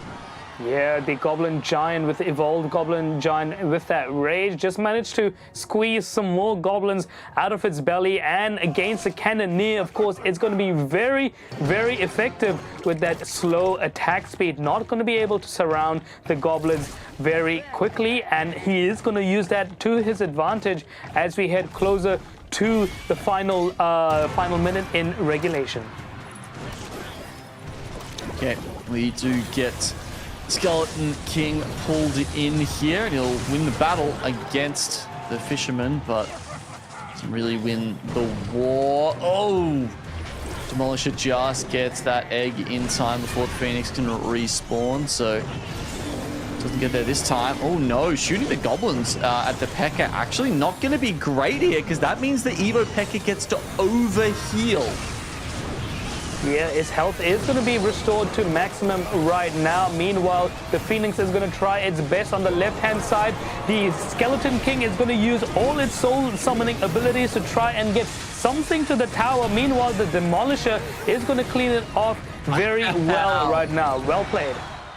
I'm very surprised that P.E.K.K.A. didn't get a hit on that left tower. I mean, coming in there, with more than max health, and then not only that, but getting rage towards the tower. It almost made it there, but in the meantime, Alli's actually taken back the lead. But look at this massive push coming across here with P.E.K.K.A. plus Goblin Giant. Goblin Giant is going to be raged up, but the rage is going to get straight sent to the tower. Meanwhile, the Phoenix is going to get respawned, and Alli has a very healthy push with a lot of troops now on the right-hand side. The P.E.K.K.A. is going to try and heal up with the skeletons, but there's just too many troops by Alli to finish it off. Meanwhile, we have a little bit of a stalemate at the bridge. Cannon cart's rooted to the floor, so that means the Fisherman will pull himself to it rather than the other way around. Stab Goblin chasing after his bigger brother. Doesn't quite catch him. Actually gets taken down by the explosion as Goblin Gang comes out. Miner is connecting for a couple of shots on the background here. That's very good for Alli as he moves even further ahead now. 564 left on the top tower. Wow, all he needs is a couple more miners, and that's going to secure the deal. Meanwhile, the mortar shells is going to get blocked there by the Void. The P.E.K.K.A. somehow needs to get to the tower with the Goblin Giant and the Rage if Lucas wants to go into get some more points here and that cash prize. But it's not looking too good for Lucas right now. Defensive Miner for Alli will stop any damage coming through from Lucas. Any chance, really, that he has of bringing this game back. All of a sudden, plenty of units raged on the right-hand side, but with 8 seconds left, Alli, barely needs to even deal with them, just has to distract them, and he does more than that.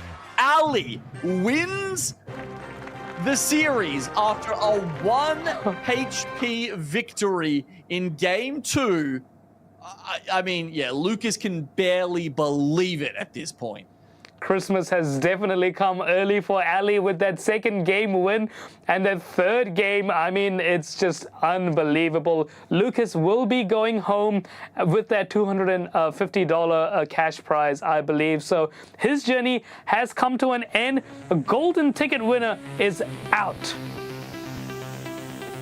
Incredible. It just doesn't feel like, you know, that should be a matchup that Lucas is losing there in game 2. You know, there's just so many counters available for him. But regardless, two players very evenly matched. I mean, it doesn't get much more even than game 2 there. So with Alli, he'll move forward, and as we mentioned, that's pretty good for his community leaderboard chances. That means Alli will move up into the top 4, I believe, and that means that's a minimum of 50 points.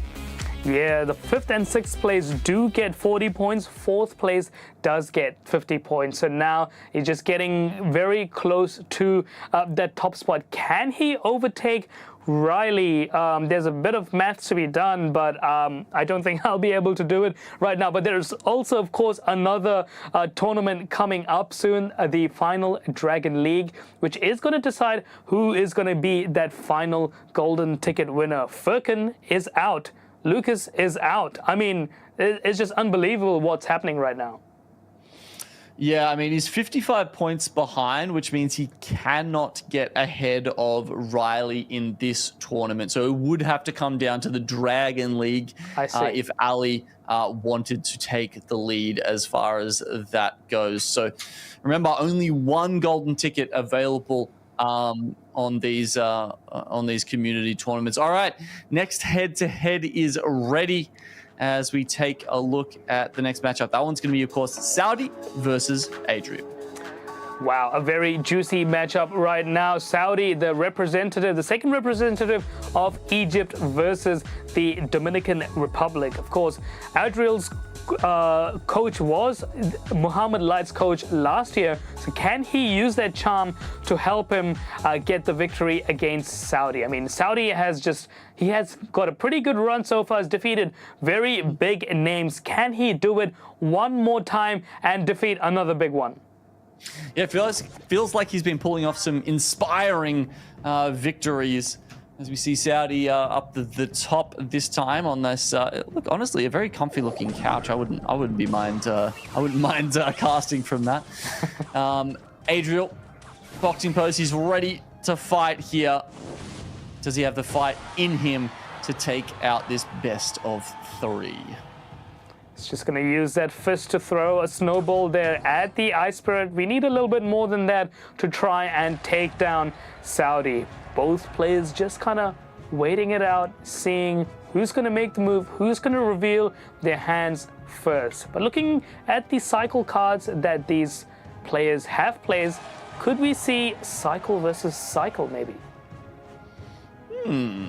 Oh, they're both just waiting it out. Perhaps they've got the more defensive cards in their hand. Don't want to be playing them on the wrong lane. 2 minutes left to go. Is anyone going to flinch, or do we see something a bit later? Yeah, okay, it'll be Saudi with the guards. And that means Adriel's happy to chuck out the Evo Wizard, or just the Wizard for the moment in defense. And a very well placed and timed Void will take out the Wizard there from Saudi. Meanwhile, we have a strong little push there on the right-hand side with the Wizard and the Lumberjack. The Lumberjack's radius is just going to be out of range for that Wizard. The Fisherman cleaning off the rest of the troops quite nicely. Now with the Lumberjack, could we possibly see a Lumberloon deck? Is that what's in his back pocket? As we see more and more cards, the decks are looking more and more similar. But it's Evo P.E.K.K.A. for Adriel. So, considering we've seen the Rage paired with the P.E.K.K.A. in our the BO3 that we just watched, it looks like this time he's just going for the Lumberjack version. Yeah, I mean, the Lumberjack, if you can rage up the Evo P.E.K.K.A, it's just going to be so strong. Meanwhile, the Ram Rider is going to connect to the right-hand side tower. The Lumberjack is going to rage up the Ram Rider, but the Monk is just going to use his karate chop skills to push it away just in time. But regardless, Adriel does have a little bit of a lead as we go into the last 30 seconds of regulation. Yeah, Saudi was kind of too busy patting himself on the back for executing a nice little hook the P.E.K.K.A into the guards combo. Meanwhile, Adriel was doing bulk damage to that right side tower. So, heavy hitters there do mean that Saudi only manages to get one lick of damage in with the Royal Giant. And this Barbarian Barrel will be enough finish off the support troop, the Wizard there for the P.E.K.K.A, which he really needed when those guards came out. Yeah, we saw two P.E.K.K.As there on the map, one being taken out. Meanwhile, Adriel has to split his attention. The Ram Rider is just going to sneak past the Monk and get a huge amount of damage there on the left-hand side. Saudi is just going to leak Elixir. It looks like he's given up at this stage. One slight slip-up, and it's a game done for him. Well, that was a real turnaround there, wasn't it, for Adriel?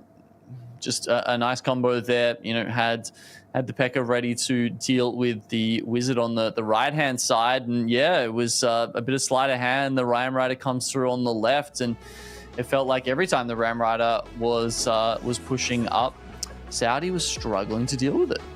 Struggling indeed. I mean, just look at the amount of damage he managed to do. 442 compared to Adriel's 6,000. So that was very well played there by Adriel. Some of those Ram Riders did get deflected by the Monk, but of course the Monk can only attack one troop at a time, so it wasn't able to deal with some of those other Ram Riders, especially the one on the left side at the end there. That was the crucial blow that got through. Let's see if Saudi is going to have to go back to the drawing board now to come up with a different deck for game number 2. He's come this far, but it would be a shame to fall in that 5th, 6th slot. You know, the money does increase as you get into the top 4 Astros, so you definitely prefer to be up a little higher.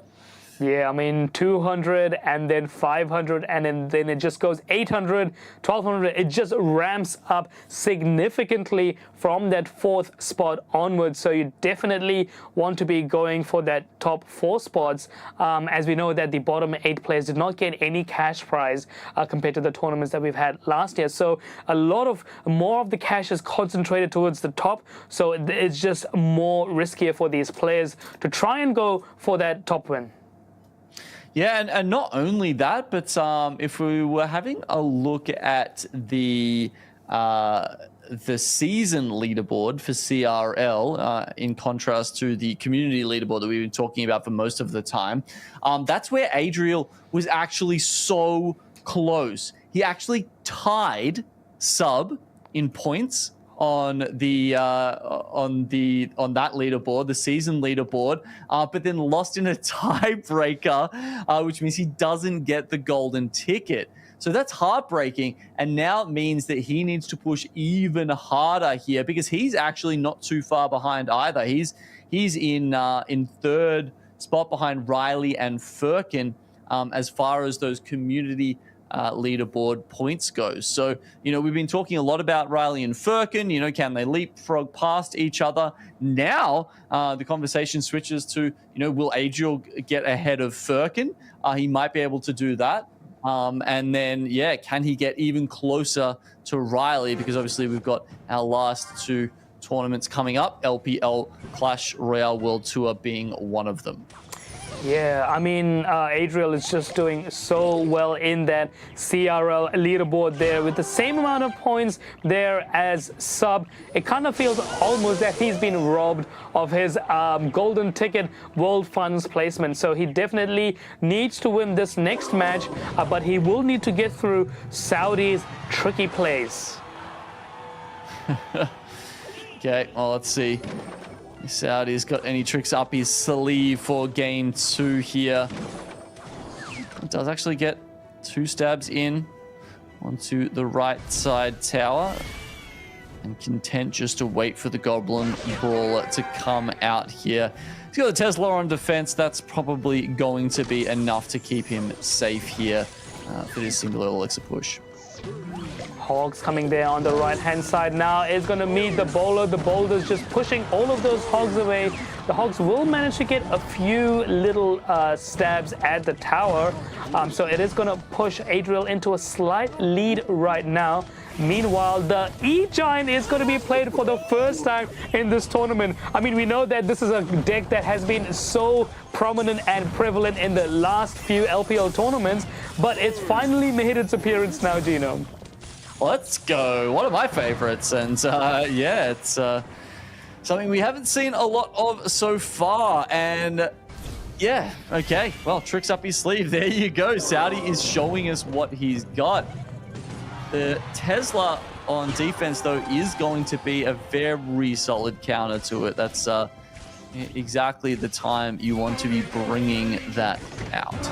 Especially the Evo Tesla. I mean, it just can stop the E-Giant in its tracks and reset it if needed. Meanwhile, the Archer Queen is going to have to be used her ability right now. And the Evo Tesla against the E-Giant, it looks like it's already half health before it's even crossed the bridge. Evo Tesla is just, yeah, it's really been the cornerstone of quite a few of these decks. And I feel like, you know, in some of the other ones where we're wondering, you know, does it get used or not? I think people just aren't willing to put it in their deck unless it is in the Evo slot because it's so good when you do have it as the evolution version. Such a strong card. Meanwhile, the Tornado is going to pull the Ice Spirit towards both of these heavy cards.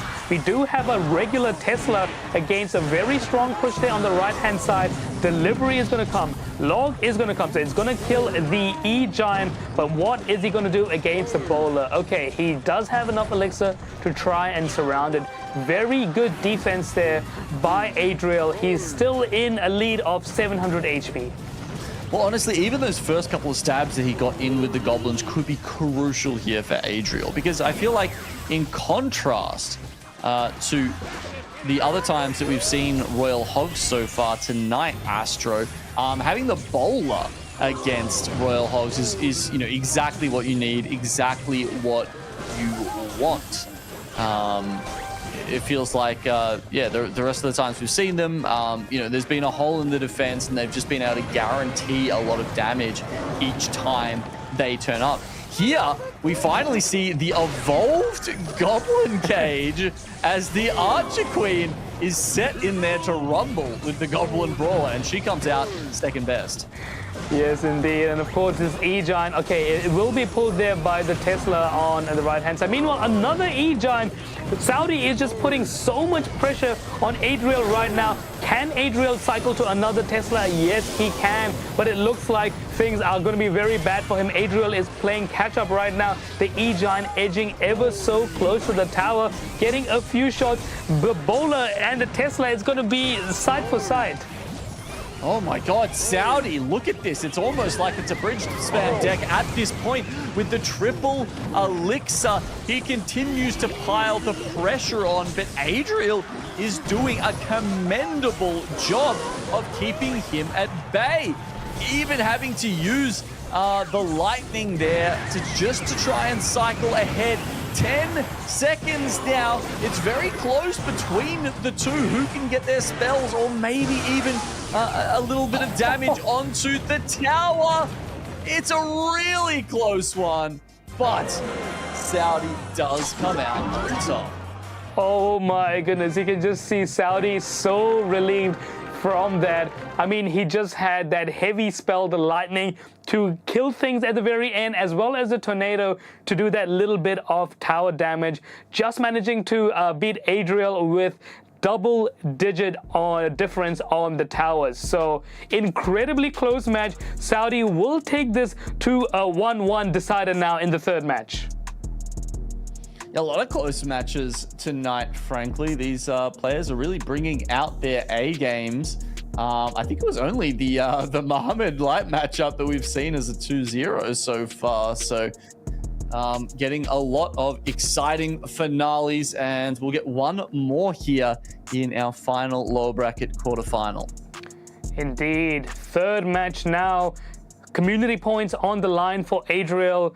Cash on the line for both of these players. I mean, it is crazy. We are getting into the nitty-gritty, final pointy end of things right now. And some of these decks, such as, what they use, are already out of action. So they're just going to be crafting their final masterpiece with their coaches.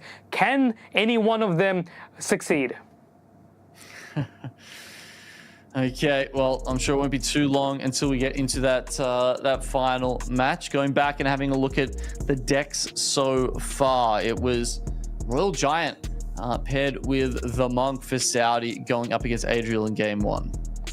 Yeah, the Wizard and of course Wizard on both sides proving to be a very popular and strong choice for these players. We do have a little bit of an unknown legendary from Adriel's side, but this Brit spam deck's being played more often now, which is a good variety to see. I mean, we saw a lot of mirror matchups yesterday and the same decks being repeated over and over again, but we do have a little bit of a variety today, such as the E-Giant. Yeah, it was a little bit of fun, wasn't it? And not only that, but Saudi pilots it to a win there. I mean, even the Goblin Cage in the Evo slot is not something we've seen super often. I think maybe once or twice so far in this tournament. And it's, I guess, in contrast to the Tesla tower, where you pretty much only see that used in Evo because it's just so impactful. The Goblin Cage sometimes we've seen by itself doesn't necessarily need to be given an Evo slot. Yeah, I mean, you only have 2 evolution slots, so you really have to pick which cards you want to be putting in there. I mean, the Goblin Cage can do really well against heavy beatdown decks such as Golem, Giant, Goblin Giant. I mean, it can just kind of pull those troops in. Meanwhile, the Goblin Brawler can just beat it up inside. But if you have more spammy decks such as the Hogs, I mean, just pulling one of the Hogs, meanwhile the other 3 just letting through is not an ideal situation there for the Brawler. Yeah, certainly better versus Hog Rider than it is versus the Royal Hogs. But either way, it was definitely doing its job. And, well, we've got to let the players and the coaches do their jobs at the moment as they figure out this final deck. It's always the trickiest one. It's always the one that they feel like they spend the longest sort of tinkering around with. Yeah, I mean, this is not the in-game 1v1 duel. The players do have some extra time to choose what decks or what cards they want to be putting into their decks. As they craft it, make it a little bit more competitive compared to just pre-made 4 decks that you have in action. And if you're wondering why the Evolution Mega Knight has not been played even once in this tournament today and yesterday, it is because it is banned at the moment. It's just been released recently. Players have not had a chance to get their hands on it yet, so it will not be used in today's tournament. But players can use the regular Mega Knight if they want, but we haven't really seen much of that, Genome. No, especially when you Evo P.E.K.K.A.s rolling around and lots of Inferno Dragons coming along with the Lava Loon pushes. It just feels like the Mega Knight is probably going to be outclassed, I'm not going to lie, or just naturally countered by where the meta is at the moment. Yeah, I mean, we also had this recent Team P.E.K.K.A. versus Team Mega Knight broadcast where the Team P.E.K.K.A. did manage to defeat Mega Knight. I mean, we also had the recent challenge where you had one person would get the Evo P.E.K.K.A., meanwhile the other one would get the Evo Mega Knight. Every time I played, the Evo P.E.K.K.A. would just destroy the Evo Mega Knight despite the Evo Mega Knight punching the P.E.K.K.A. into the air. Giving it the uppercut works pretty well. I can't wait to see it in action in at the top level, to be honest, because it is a very cool card concept and it's just so much fun to use. Oh, I have seen some very funny interaction with the Evo Mega Knight as well, especially when they kind of punch each other and you just see them both going back. But yeah, we won't be seeing any of that tonight, unfortunately, but rest assured it will happen in the World Finals. Meanwhile, one of these players is trying to get to the World Finals, Adriel for sure, with the community points up for grabs in this round. Yeah, it's a bit of a different route for Saudi, but Adriel certainly in with a good look. So he'll be the one opting for the Evo Goblin Cage here in game number 3. Let's see if he has success with it like we saw Saudi have in the previous game. 2 spells being revealed now by Saudi, the Void and the Rage. Meanwhile, the Zap from Adriel. Bandit there on the left-hand side. The spectators just watching patiently to see which player is going to make the next move.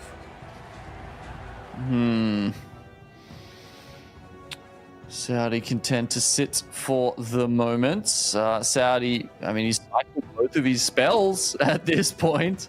So what else is he to do?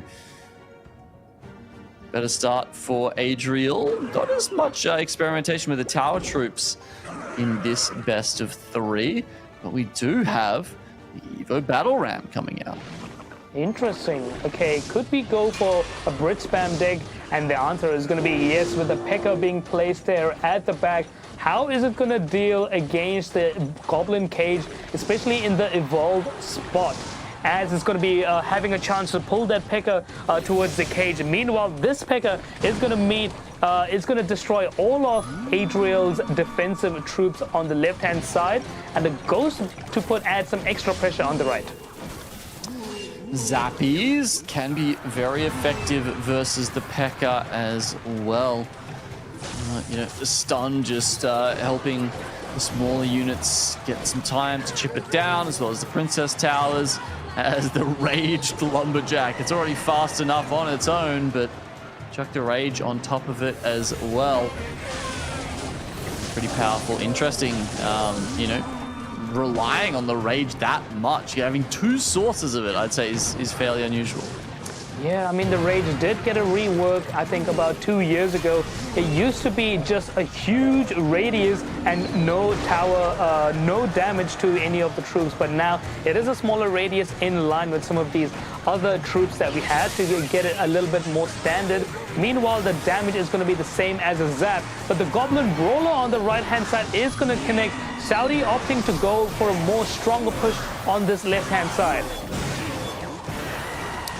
Okay, there's that Rage coming through, and that helps accelerate the pace of this push a little bit, just enough, in fact, that we will get a connection from the Ram Rider charge. But that doesn't mean that Saudi is out of the woods yet. He's still at a deficit at this point, and really struggling to get through and make a dent. Yeah, both players kind of in a bit of a stalemate right now. Void is going to come there on the side, but it looks like it's not really going to be getting any tower. Okay, it is going to stop that cannon cart there. So maybe a little bit of a misplaced Void there from Saudi. But the charging battle ram now on the right-hand side, is it going to meet the cage? No, of course, the Zappies are going to stop it in the track. Yeah, I mean, you know, as long as it stops the cannon cart there, so it just, you know, kind of goes to its natural demise, then that's fine. So it does work out for Saudi in the end, but he is still quite some HP behind. We're going into the final minute now. 1-1. One of these players will get to move on. The charging battle ram is going to, wow, it's going to get sucked up by the Goblin Brawl there. A bit of a funny interaction, but of course it's not going to come out clean as the P.E.K.K.A edges closer to the tower. It's not going to quite make it. Meanwhile, the Evo P.E.K.K.A on the other side is surrounded by a makeshift graveyard, but of course the evolution is going to cause it to get some more health. Insane how it comes out of that with essentially full health. After one of the best counters to it, try and cut through. That said, we've got the Evo P.E.K.K.A Oh wow! I guess it must be a little cramped in the Goblin cage. That's that's why they're taking damage. But meanwhile, the cannon cart connects on the left-hand side, and it's Adriel who walks away the victor. Such a strong competitor here. It was going to be tough for Saudi, but Adriel moving on to the top 4. Very commendable effort there by Adriel. Saudi just congratulating him there with a couple of claps. I mean, both of these players are just so good, and that third match was so close, but the cannon cut and some of those zappies just managed to sneak in through with no defensive cards in the way. Okay. Let's see there. Adriel just managing to get over the top with some cannon carter antics. It's a 2-1 victory, a close fought victory there. And it started off here with the first sighting of the that Evo Goblin cage. Yeah, Evo Goblin cage this time. Adriel's pick is going to help him to pull that P.E.K.K.A into the cage very nicely. Meanwhile, the evolution P.E.K.K.A is very commonly used. I mean, we've seen it so many times, but I haven't really seen it get that high percentage win rate. Yeah, it's it might not be as high as Muhammad Light's win rate, for instance, but it is still pulling its weight in this particular matchup. So now that we're done with the quarterfinals, we will of course be moving on to the only other match that we can play next, and that is the lower bracket semi-finals. That's going to be between Adriel and Alli, and as we've seen, both of them on a bit of a tear today. Yeah, both of these players doing very well in the community leaderboard. Adriel with 205 points and Alli not far behind on the 190 points right now. I mean, both of these players have played so well so far. Alli taking down Lucas. I mean, that was just unbelievable. And now we have this match. Can he take down another GOAT? Yeah, I mean, I guess you got to think these players at number 2 and number 3. Let's just say that Riley has a shocker, maybe doesn't turn up, doesn't get qualified for the next community tournament. Yeah, maybe it is between these two as far as who gets ahead and who gets that golden ticket. So this match right here could be a crack at the CRL World Finals and the $900,000 US prize pool that comes along with it. Oh, so juicy. I mean, I was researching a little bit last night, and Muhammad Light, I believe he's got $775,000 in winnings from Clash Royale. I mean, that's almost the prize pool for the World Finals this year. That's unbelievable. Can he add to it? But we will see that match a little bit later on. So what you're saying is he doesn't need it, Astro. He could maybe just donate some to us. That would be very nice, wouldn't it? Maybe he can buy us one of those fancy golden thrones to sit on while we game. That's probably the key, I guess, to his victories, maybe. But as we see, the Goblin Barrel this time is going to be in Adriel's pick with that Princess coming through. Can he defeat the Cycle, the Control Drill archetype? Ooh, yeah, having to play the Goblins there just to make sure the explosion doesn't reach the tower with the Goblin Demolisher. But of course, that means they all go down. Luckily, has predicted the drill and has the Valkyrie ready to go. It seems like that's happened so many times tonight, where the players just have this sixth sense. They have this ESP of when drill decks are being played, and as a result, they've got the perfect counter ready to go. Yeah, drill is being so used right now in the tournaments so far, and now the Princess is going to get a couple of hits there onto the left-hand side. Cannoneer is not going to be able to clean off this night. The Snowball will have to come down, as well as the Ice Spirit. So quite a lot of elixir in this case. Hold up. Yeah, spending a little bit just to make sure that the knight doesn't chip away. And, you know, to be fair, you need to be a bit circumspect about your HP on the cannon towers because, you know, you have less of it. As we've got the archers going up against each other, of course, the queen's going to win her ones in that one. We see Evo Barrel come out, and it looks like it's the real goblins on the right-hand side. So they will help in grabbing Adriel the lead, or at least they did until the Evo drill came out to try and settle the score. Oh, the Evo Wealth and the goblins did such a good job there. Meanwhile, one of the goblins is just hurrying, pushing the Valk to get closer to the tower as fast as possible. Meanwhile, is it going to pull some of these defensive troops away? The Evo Valk will get a few stabs there at the tower, evening things up for both of these players.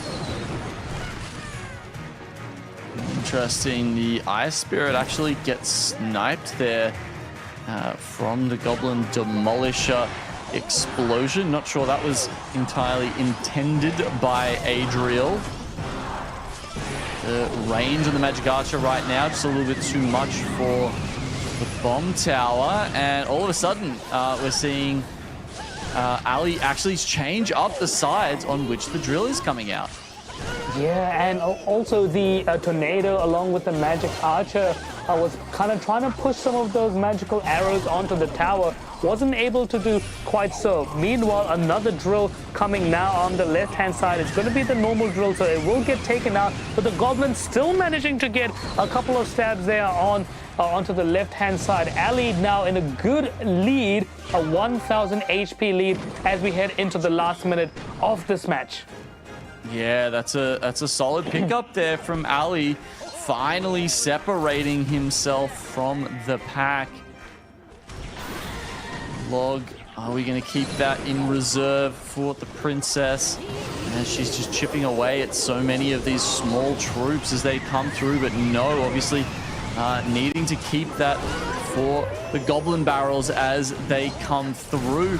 Adriel a few times now has tried to play that bottom right corner with the goblin barrel, and it looks like Alli is wise to that and has the knight ready to go. So many troops there on the left-hand side. The Magic Archer is just trying so hard to get to the tower. It's just going to be out of range at the moment. Another tornado comes in and another drill. Meanwhile, this Magic Archer is still alive, killing all of these defensive troops, pushing Alli into a further lead. What can Adriel do now in this case? I'm not sure. I'm not sure what else he can do. Even the Cloaking Cape not really helping out too much. Double barrels come through. Once again, we've got skeletons on one side and Log on the other. Alli has been clinical in his defense here in game one. And Adriel is going to get sent back to the drawing board. Alli there with his glasses about to analyze what he has just seen. A very well executed plays there by Alli, just getting the drills onto the tower, adding that extra pressure, and Adriel not being able to defend against it that effectively. Yeah, really struggled with that one. It was a really tough matchup there for Adriel. Just felt like just had every time he was putting out the goblin barrels, just had the perfect counters. Didn't matter even when the double barrels were coming out, which, if my memory serves me correctly, do roughly the same damage, but just one of them's a little bit squishier. As a result,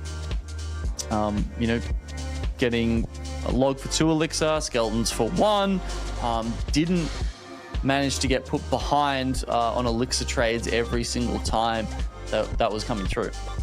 Yeah, as we look at the decks being used by both of these players, Adriel with the evolved Goblin Barrel not being able to do more damage than the drill, which is just being sent straight to the tower. I mean, Alli used his Tornado very well, trying to get some of those Magic Archers, the magical arrows to the tower. I think he managed to sneak a few through, but it wasn't as much as he wanted, but doesn't matter because it managed to edge him that win there. Yeah, he probably needed to get a few more palpable hits with the Magic Archer to take that one down. Seemed like a hard matchup in the end. So I'll have to see if Adriel's got something up his sleeve to get him back in this one. As we mentioned, these two almost neck and neck on those community leaderboard points, and the chance to sort of, take out, snipe their opponent here and get ahead is up for grabs. Indeed, and now game 2 is going to be a decider game for Alli if he can clutch another win against Adriel. Both of these players just going to wait it out and see who makes the first move right now. Has been a lot more patient tonight than we've seen in the past. Didn't see a lot of standoffs yesterday, but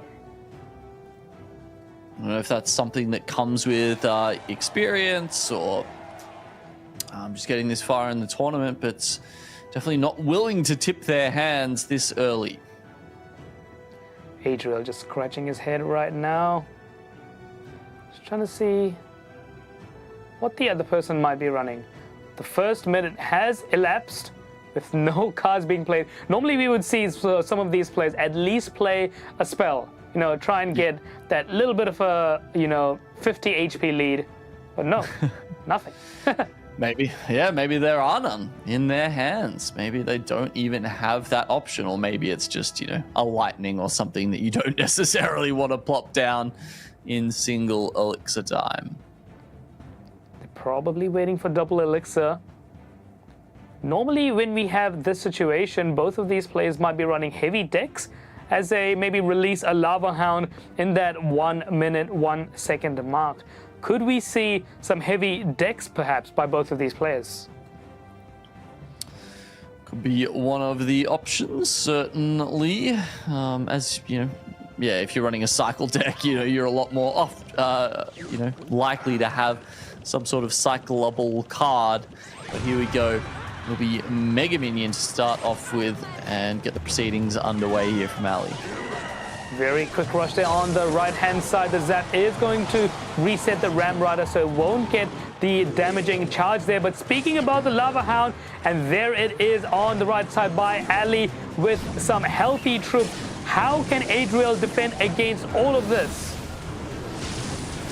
How indeed. It's going to be pretty hard when you don't have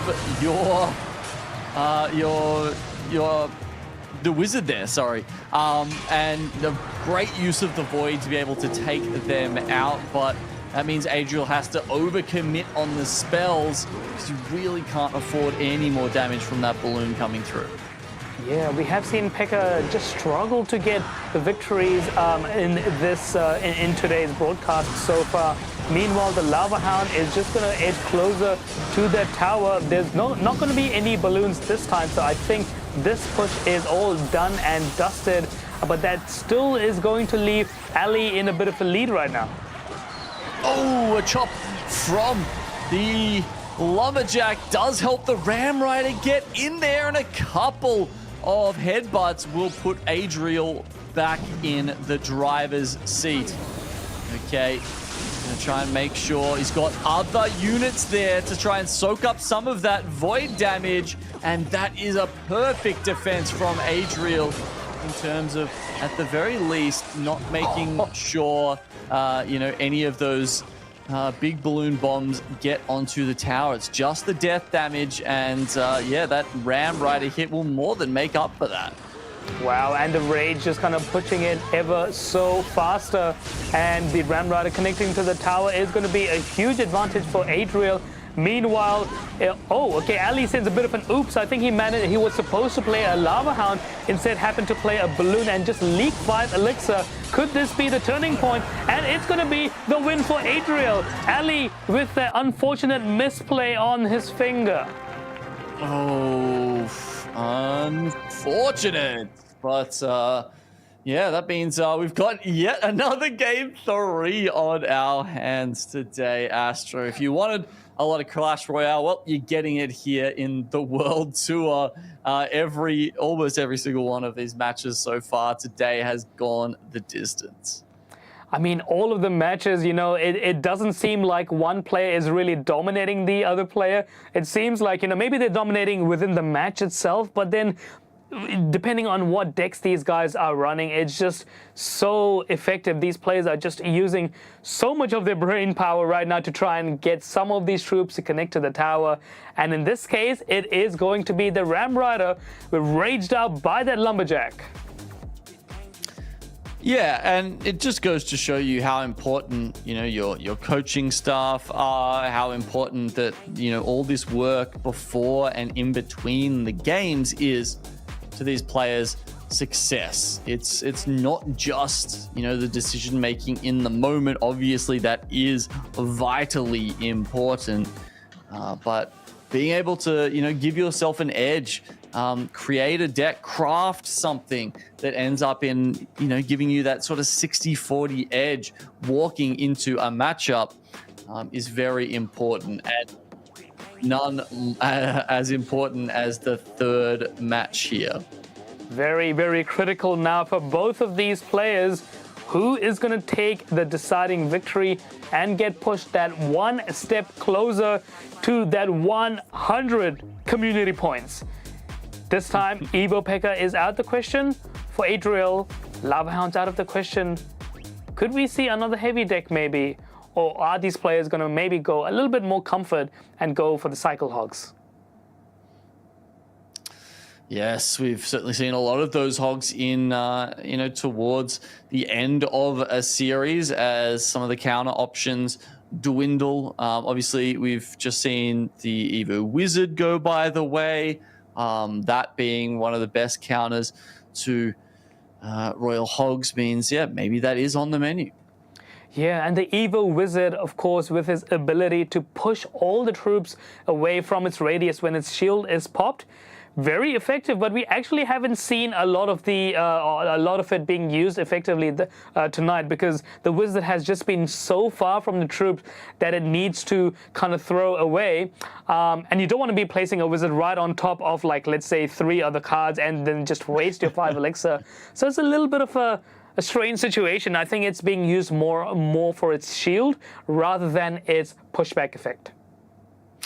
Yeah, it just kind of, you know, gives the Wizard some extra survivability there, which is kind of unique in a way to it, because obviously at some point the changes were made to most evolution cards to essentially make them have the same HP as their you know, normal counterparts. You know, before that you saw a lot of them getting, you know, 1.1 or even higher amounts of health, and you know, that was changing things up a lot. You know, the Evo Firecracker could survive the arrows, or you know, other mid-range sort of cards would be able to survive a fireball.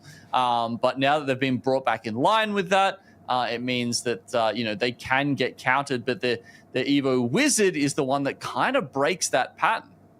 Yeah, and of course the evolution recruits as well got a little bit of a HP buff with its shield getting some more defensive abilities, and then it kind of got nerfed and pushed back a little bit just because how strong it was in the meta and how much people were using it. We haven't, speaking about recruits, we haven't actually seen a lot of it tonight being paired with, let's say, with the Hogs like we had in the last tournaments last year. We do have a little bit of a meta shift, but it does seem a bit more balanced. Yeah, interesting. I did enjoy those sort of split decks we saw with the Evo recruits at one point. And Alli laughs, I'm laughing. Yeah, look. Oh, okay. He's decided, no, I'm tired of these waiting games. Let's just get stuck into it. And you'll chuck the Royal Ghost at the back. And here we go. Monk versus P.E.K.K.A. Yeah, the old buggers are going to be played, the old Monk versus the old Ghost. Meanwhile, the P.E.K.K.A is going to keep cleaning the Monk very nicely, but it is going to push it back a little bit, allow Alli to build a stronger push with its Ram Rider, trying to push the P.E.K.K.A closer to the tower, but the Tesla is going to stop it. Yeah, but with the Rage, it's going to continue on.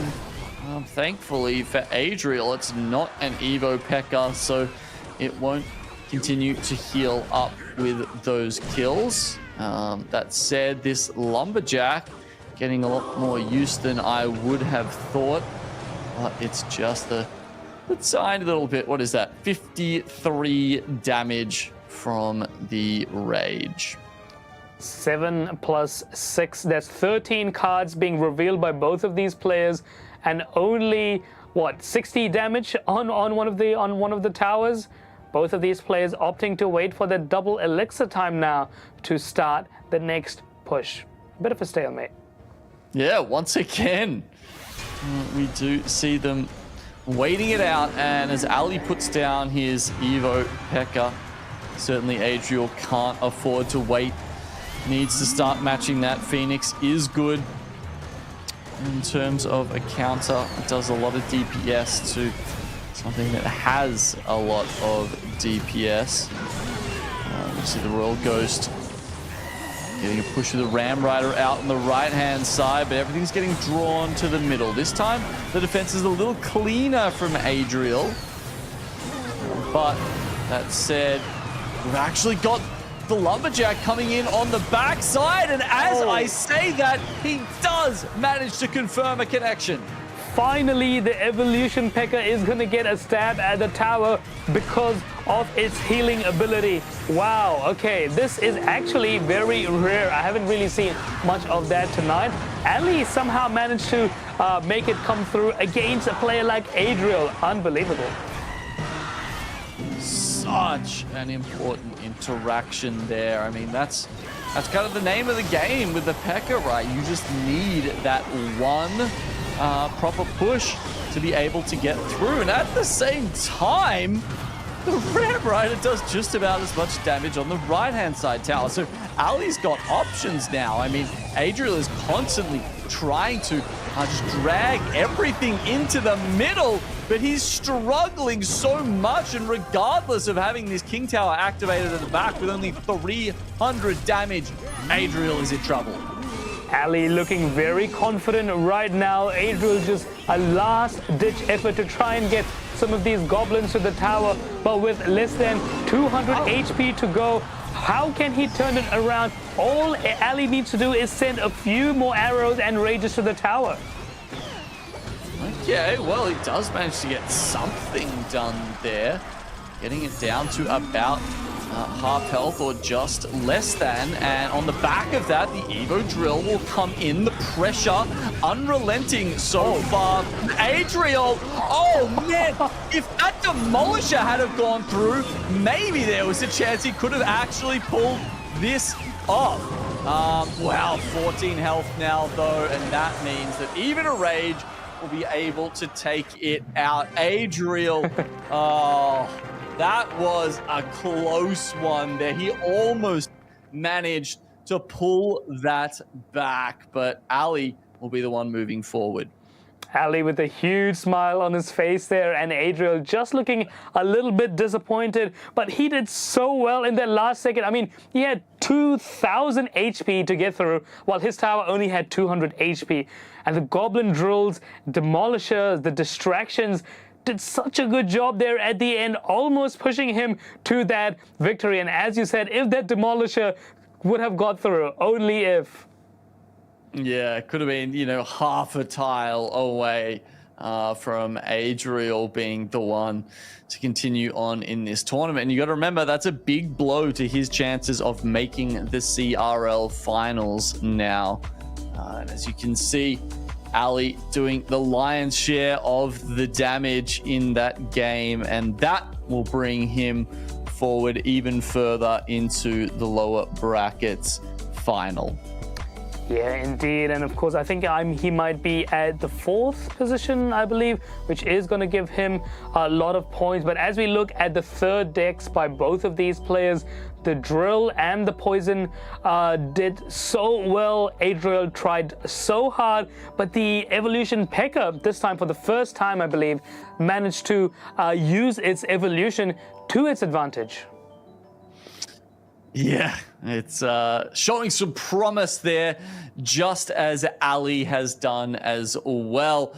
He'll be facing off against Riley next in the lower bracket final. That will be just after a quick break. Now, guys, don't go anywhere. There's only 2 matches left to decide who's the winner here of the World Tour.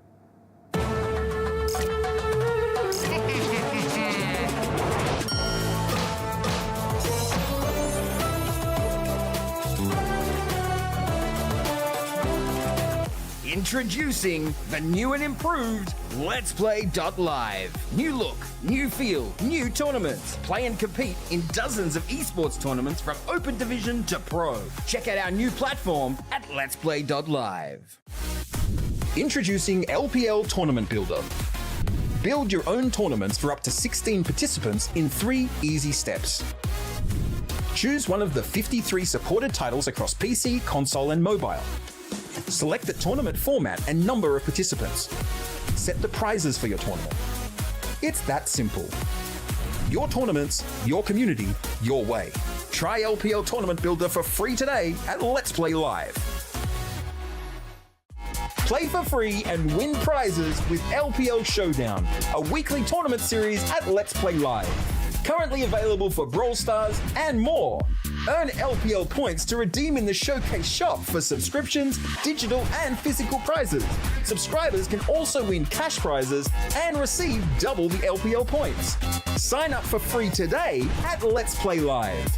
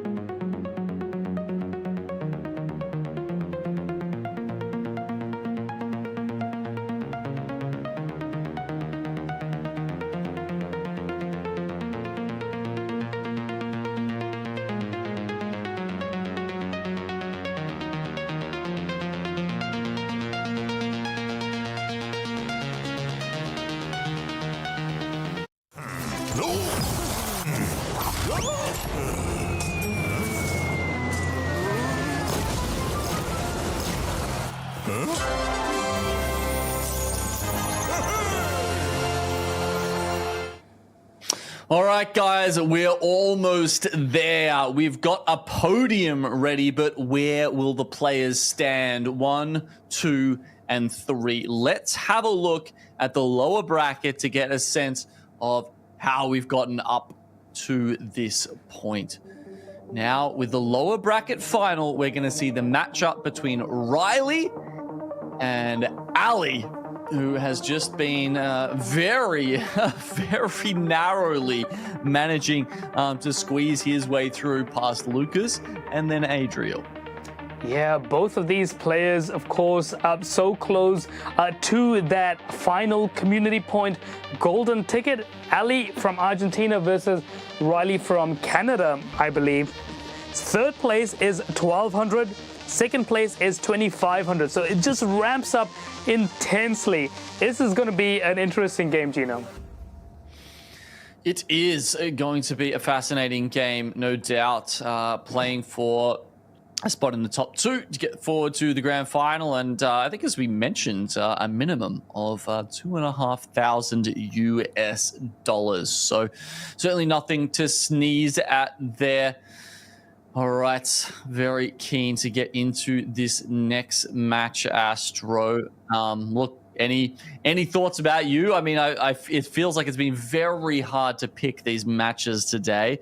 But do you have a sparkle in your eye about Astro? Astro about maybe Alli or not Adriel? Riley. Yes, or Riley. Yeah, I mean, both of these players, I mean, especially Alli, has done such a good job taking down these formidable pros like Adriel, like Lucas.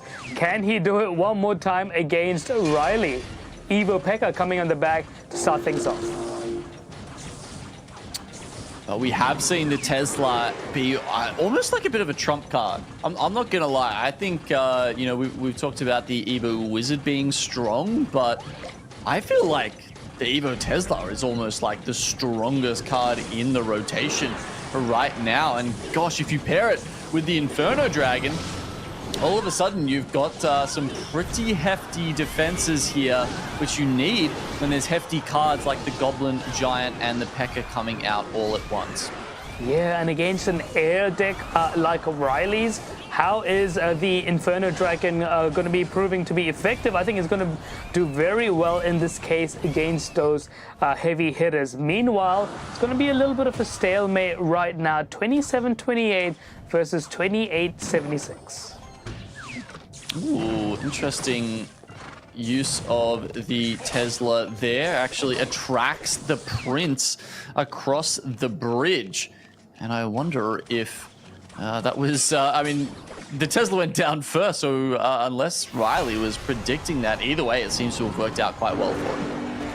Yeah, and I think there might be a lot of people, some of those 300,000 subscribers rooting for Riley at this stage. But of course, Alli with the split, heavy card push, P.E.K.K.A on the left, Goblin Giant on the right. Does he have Rage to support it? Probably not. No, but he doesn't really need it because it's made it to the tower with so much health that it has done a good amount of the work. Meanwhile, we did see a lock on from the Inferno Dragon to the Phoenix there. That has allowed it to get towards the tower.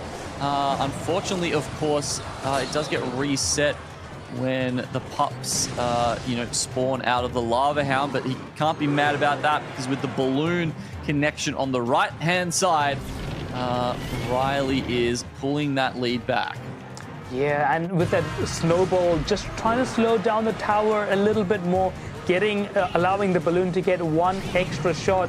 Meanwhile, we have a normal Goblin Giant and a Lava Loon on the right-hand side. The Evo Valve is just going to pull all of the cards towards it, and the snowball going to slow it down. Balloon getting one shot, almost got the second shot there against Alli. Is it game over?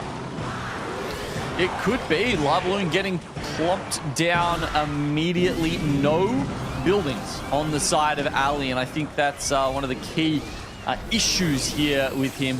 Every time this balloon is getting close, if he needs it, he's got the snowball there to stop some of that extra damage coming through, literally just from the Princess Tower. But Riley, wow, yeah, just sensing that weakness, realizing that, you know, no building means that the balloon has a direct path to that tower every time and capitalizing on it. Yeah, right. You're right. I mean, we've seen when these players have run Lava Loon decks, when you have a lot of defensive cards, they split the Lava Hound on one side and the balloon on the other. But this time, Riley was confident enough to put both of these cards on one side. Just allow the balloon to sneak past some of those other defensive cards. Meanwhile, the Snowball and the Evo Valk just slowing everything down, pulling away, allowing at least the Death Bombs to connect to the tower. Yeah, because as we saw from Alli, you know, the Goblin Giants, they were deadly if he found them in the right place. But certainly the Evo Valk was pretty good at dealing with them. So, okay, that's 1-0 to Riley there. He's done that in very good fashion. Every single game we've had in the lower bracket tonight, Astro has gone to 3 games. Do you think we're going there again? Absolutely. I mean, Alli would need to do something magical here because, of course, the Evo P.E.K.K.A. and the Evo Goblin Giant is out of the question now for both for Alli. I mean, and it is a very strong pair, a strong combination. But Alli will need to think of some another one to take it down. Yep. What's going to be next up on the menu here? Alli, look, he's just found himself out of tight spots before. Was Alli the one who won with in the 1 HP game? Yeah, I believe so. It was, wasn't it? Yeah, exactly. So look, if you can come out of that spot, yeah, it was against Lucas, right?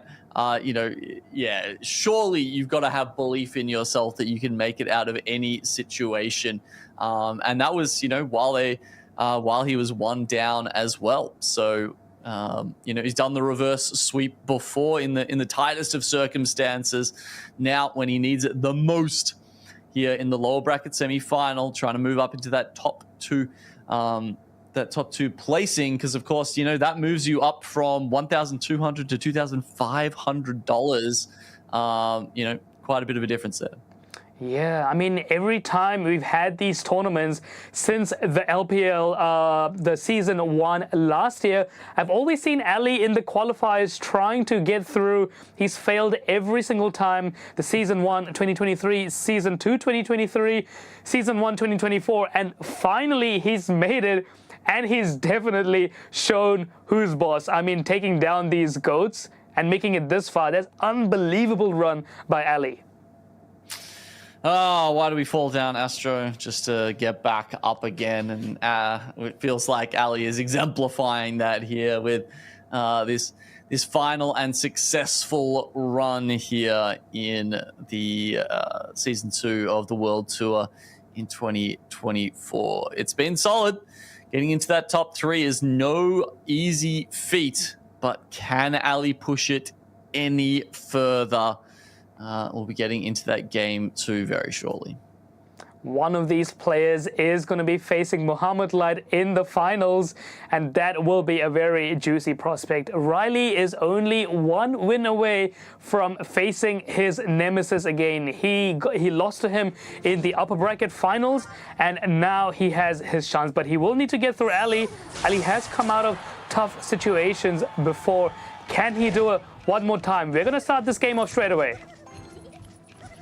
All right, Bats and Zap coming out. I'm trying to think, is there a particular deck type that we're seeing Zap get used with more often? I mean, the Giant's coming out, which is, you know, indicating to me it's most likely to be a graveyard deck. And yeah, with the Night Witch on the back there as well, that does seem more likely. Yeah, I mean, the Zap is very versatile. You can use it in any situations, but like you said, the Graveyard coming now on the left-hand side, the Princess will be locked on to the Graveyard instead of the Giant. A little bit of a misplay in terms of timing. A 300 HP damage done on the left-hand side there by Riley. Meanwhile, we now have a Strongholds split push on both sides of the tower. Yes, this is a big push here from Alli as he does take the lead with that one immediately.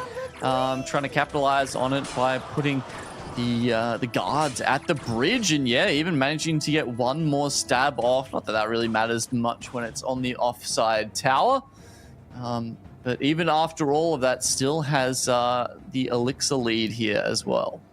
Yeah, it was a bit of a chef's kiss move right there. The Night Witch against the Evo Archer, the Archer Queen, got taken down, but the Bats did take down the guards very easily there. Now we're going to be starting off with another Giant on the left-hand side, and Little Prince making another appearance.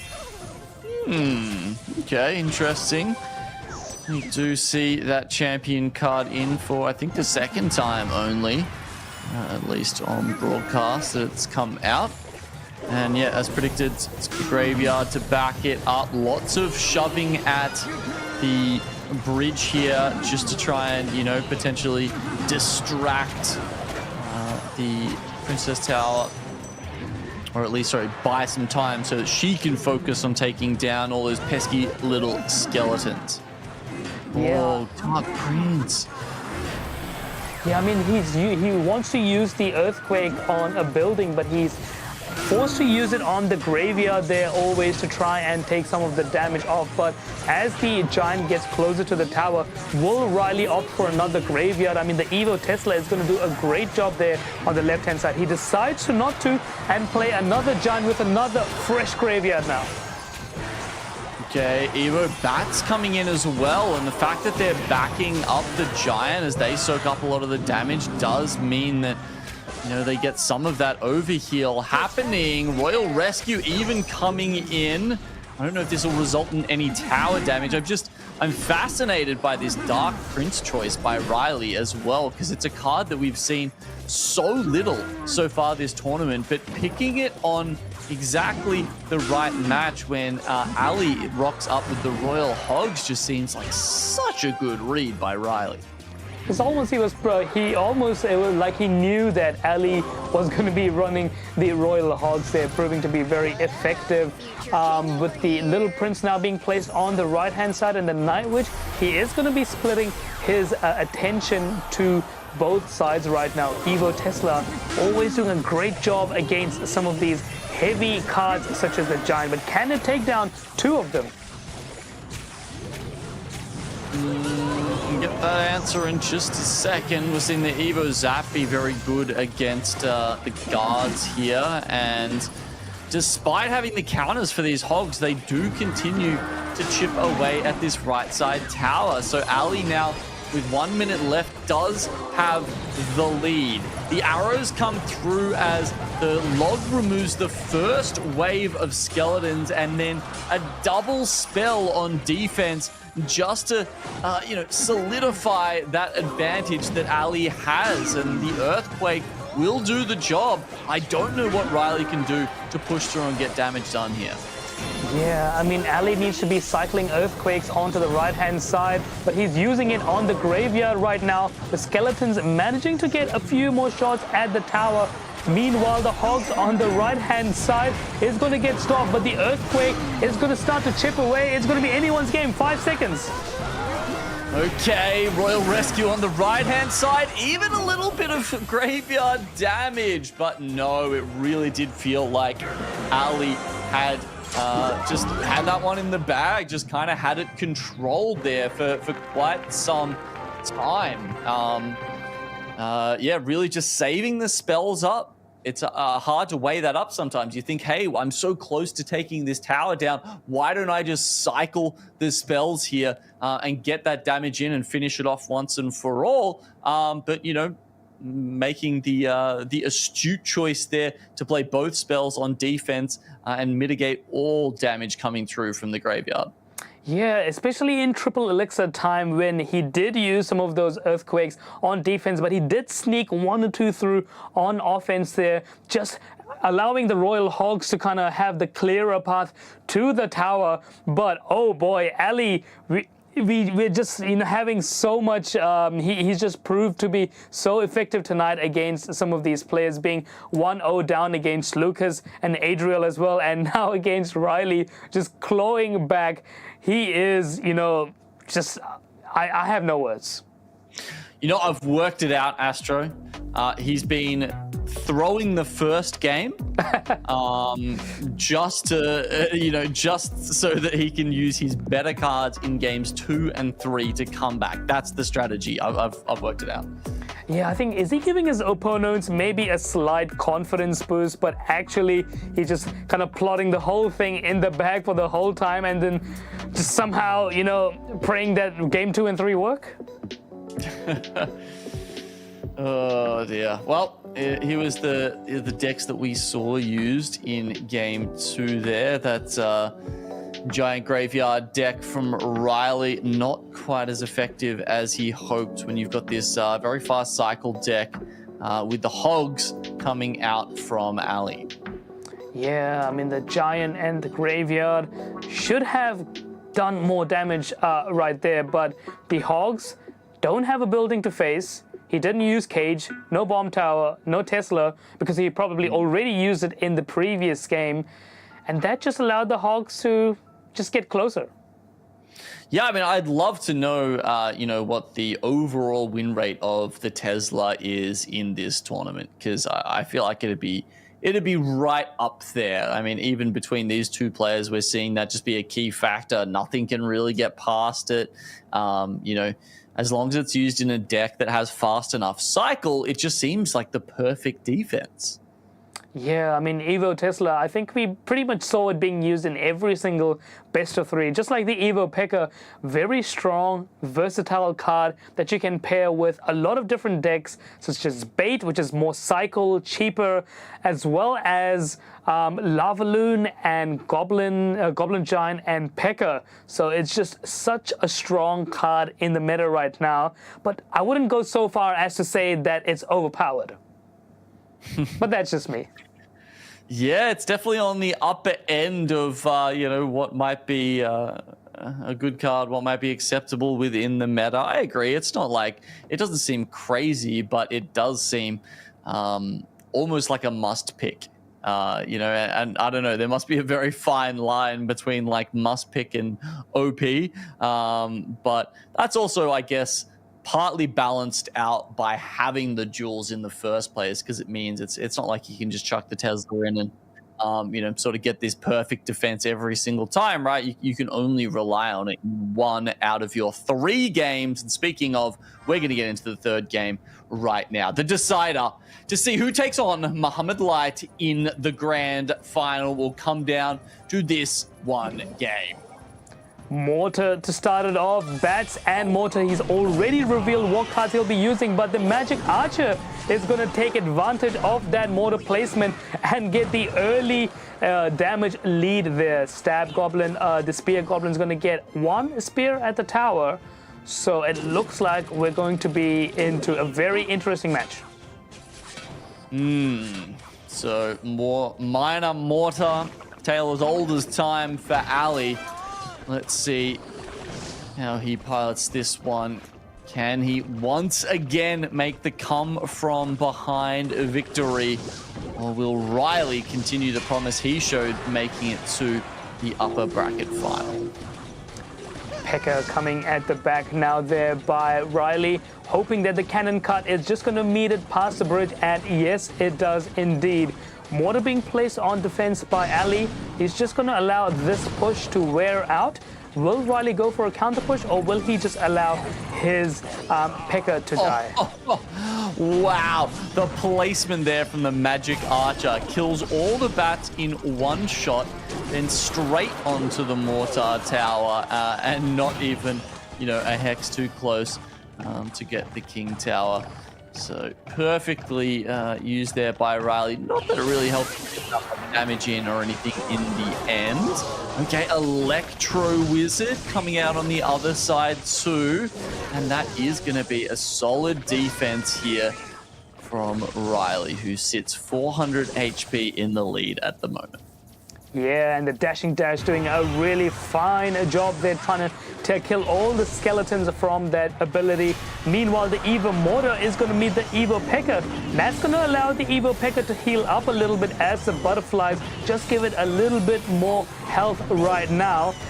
Riley decides to ignore the Evo Mortar for now, just allowing the P.E.K.K.A to stay alive a little bit longer. Meanwhile, the bats are overhealed.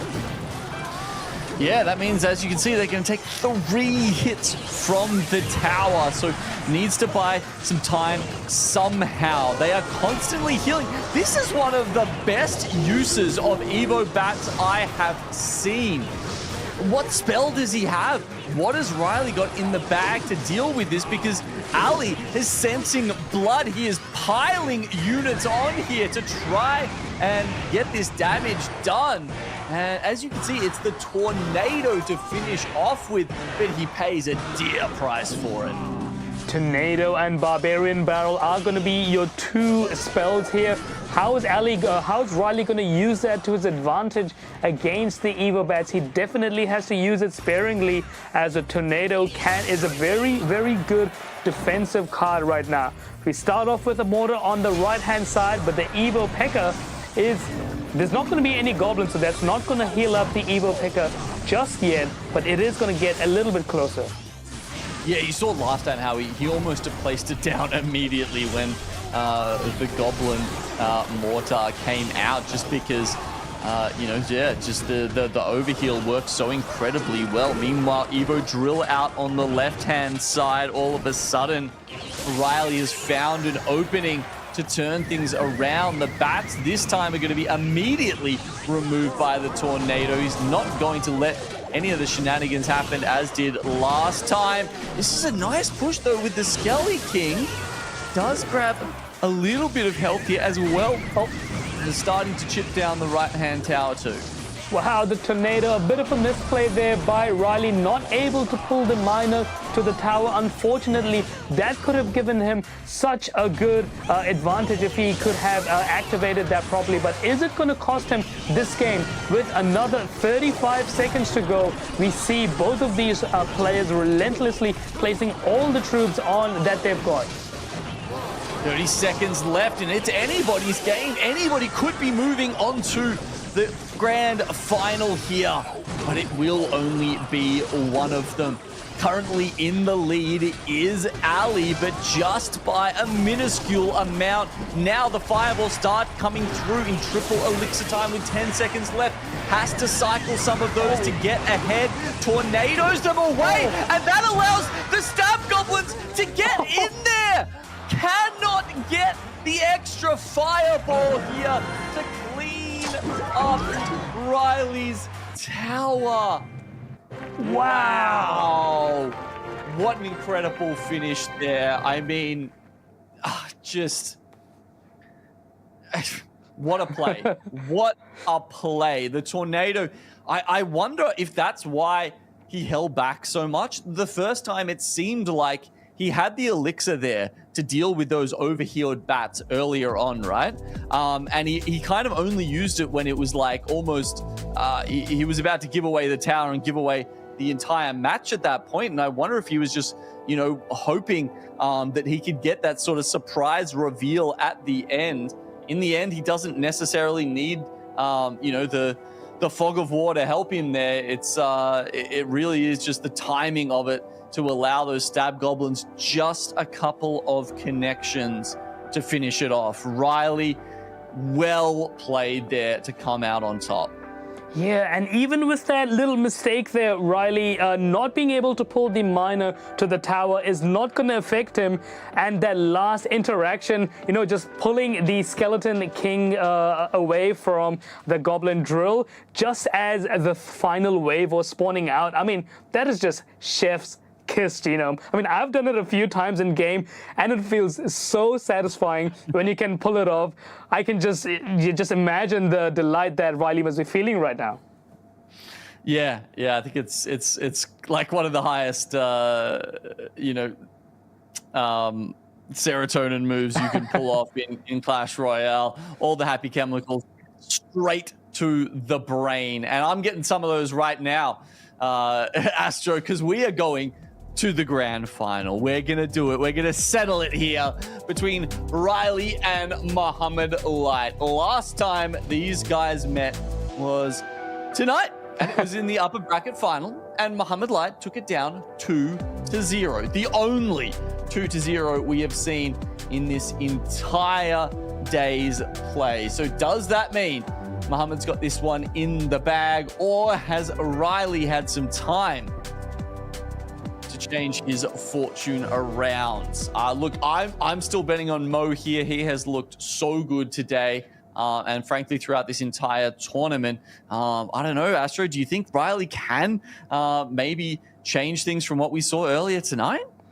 I mean, there's definitely a chance for Riley to try and sneak through a couple more goblins or battle ram to the tower, but trying to get past Mo's, defensive brain is just, it is going to be impeccable. We know Mohamed Light prefers those cycle decks a little bit more, so it is going to be a lot more troops in the arena. Riley will need to get through all of them. Maybe we might see some more splash cards, some more building cards to be a little bit more conservative, as this is the grand final. This is it. No one's going anywhere unless you get past this. Yeah, and as our admins have told us, there's no bracket reset either. So, if Riley does manage to take out this best of 3, that's it. He will be crowned the champion here of the World Tour. Does Mohamed Light go with that cycle deck straight away again? Or does he want to mix it up here? Mind games abound, I'm sure. But also, at the same time, Mo, he's been able to sit back. He's been able to watch these games and prepare even further from Riley. Having that, that extra series play. Does that mean Riley's warmed up, or does that just mean Mo is better informed? Let's see right now. Grand finals are getting underway. Look at that just incredible difference in win rate between the two. If anything, tells you sort of, how indomitable this man is. It's a number with an 8 in front of it. Having that as a win percentage is just incredible. It's crazy. Mohamed Light has not lost a single match so far in this tournament. Is he going to let that run continue, or will he get taken down by Riley? We do have a miner to start off, trying to take down that Little Prince. But once again, Mohamed Light is the one who's using Little Prince, probably the most in this entire tournament that I've seen so far. Yeah, he has been, switching it up with that one occasionally. But is that going to work versus the likes of Riley? And also having the Goblin Mortar here. Let's see if he can get a lock onto the tower. Mohamed is ready with the cannon cart. And with that fire speed buff at the moment, you can just see it just piling out the damage. Also ready, however, with that zap. And that just means, even that just squeezes every little bit of damage out of it. Yeah, and the zap will be reserved for those bats and the goblin gang, which is going to be crucial. Obviously, he can't use it for both unless they're on top of each other, so he will definitely need to choose wisely. Mohamed Light with the Cannoneer as well as the Riley. Both of these players look like they have a lot of swarmy troops, so there is going to be a lot more chaos in this match right now. Both players waiting for double elixir. Okay, and as we hit double elixir, we continue to wait. No, finally Mo will be the one to break the stalemate as the 5 elixir cards go down. It's Bowler on Riley's side, but it's the Giant for Mohamed Light. Oh, he's got the Inferno Dragon in tow, though, and that's going to be important. As obviously such a fantastic counter to the Giant. However, the triple zap, the evolve zap coming out does mean he almost manages to crack through. So many troops on the arena, but no one has able to scratch the other person's tower. Not even a scratch onto anyone's tower right now. So much chaos happening on the map. Will the Evo Mortar manage to sneak through one goblin? No, it does not. It just, how can any of these players break through apart from maybe a spell cycle? There we go, the first damage. 2 bat hits is all we have to show for almost 3 minutes of gameplay now. Interestingly, you saw the overheal bats still get one shot by the cannon towers. So it really is interesting how these new tower troops can change some of these matchups. And, you know, I was like, oh, wow, yeah, putting the evolved bats down versus guards is a good way to start charging them up. But at that point, it doesn't actually make that much of a difference.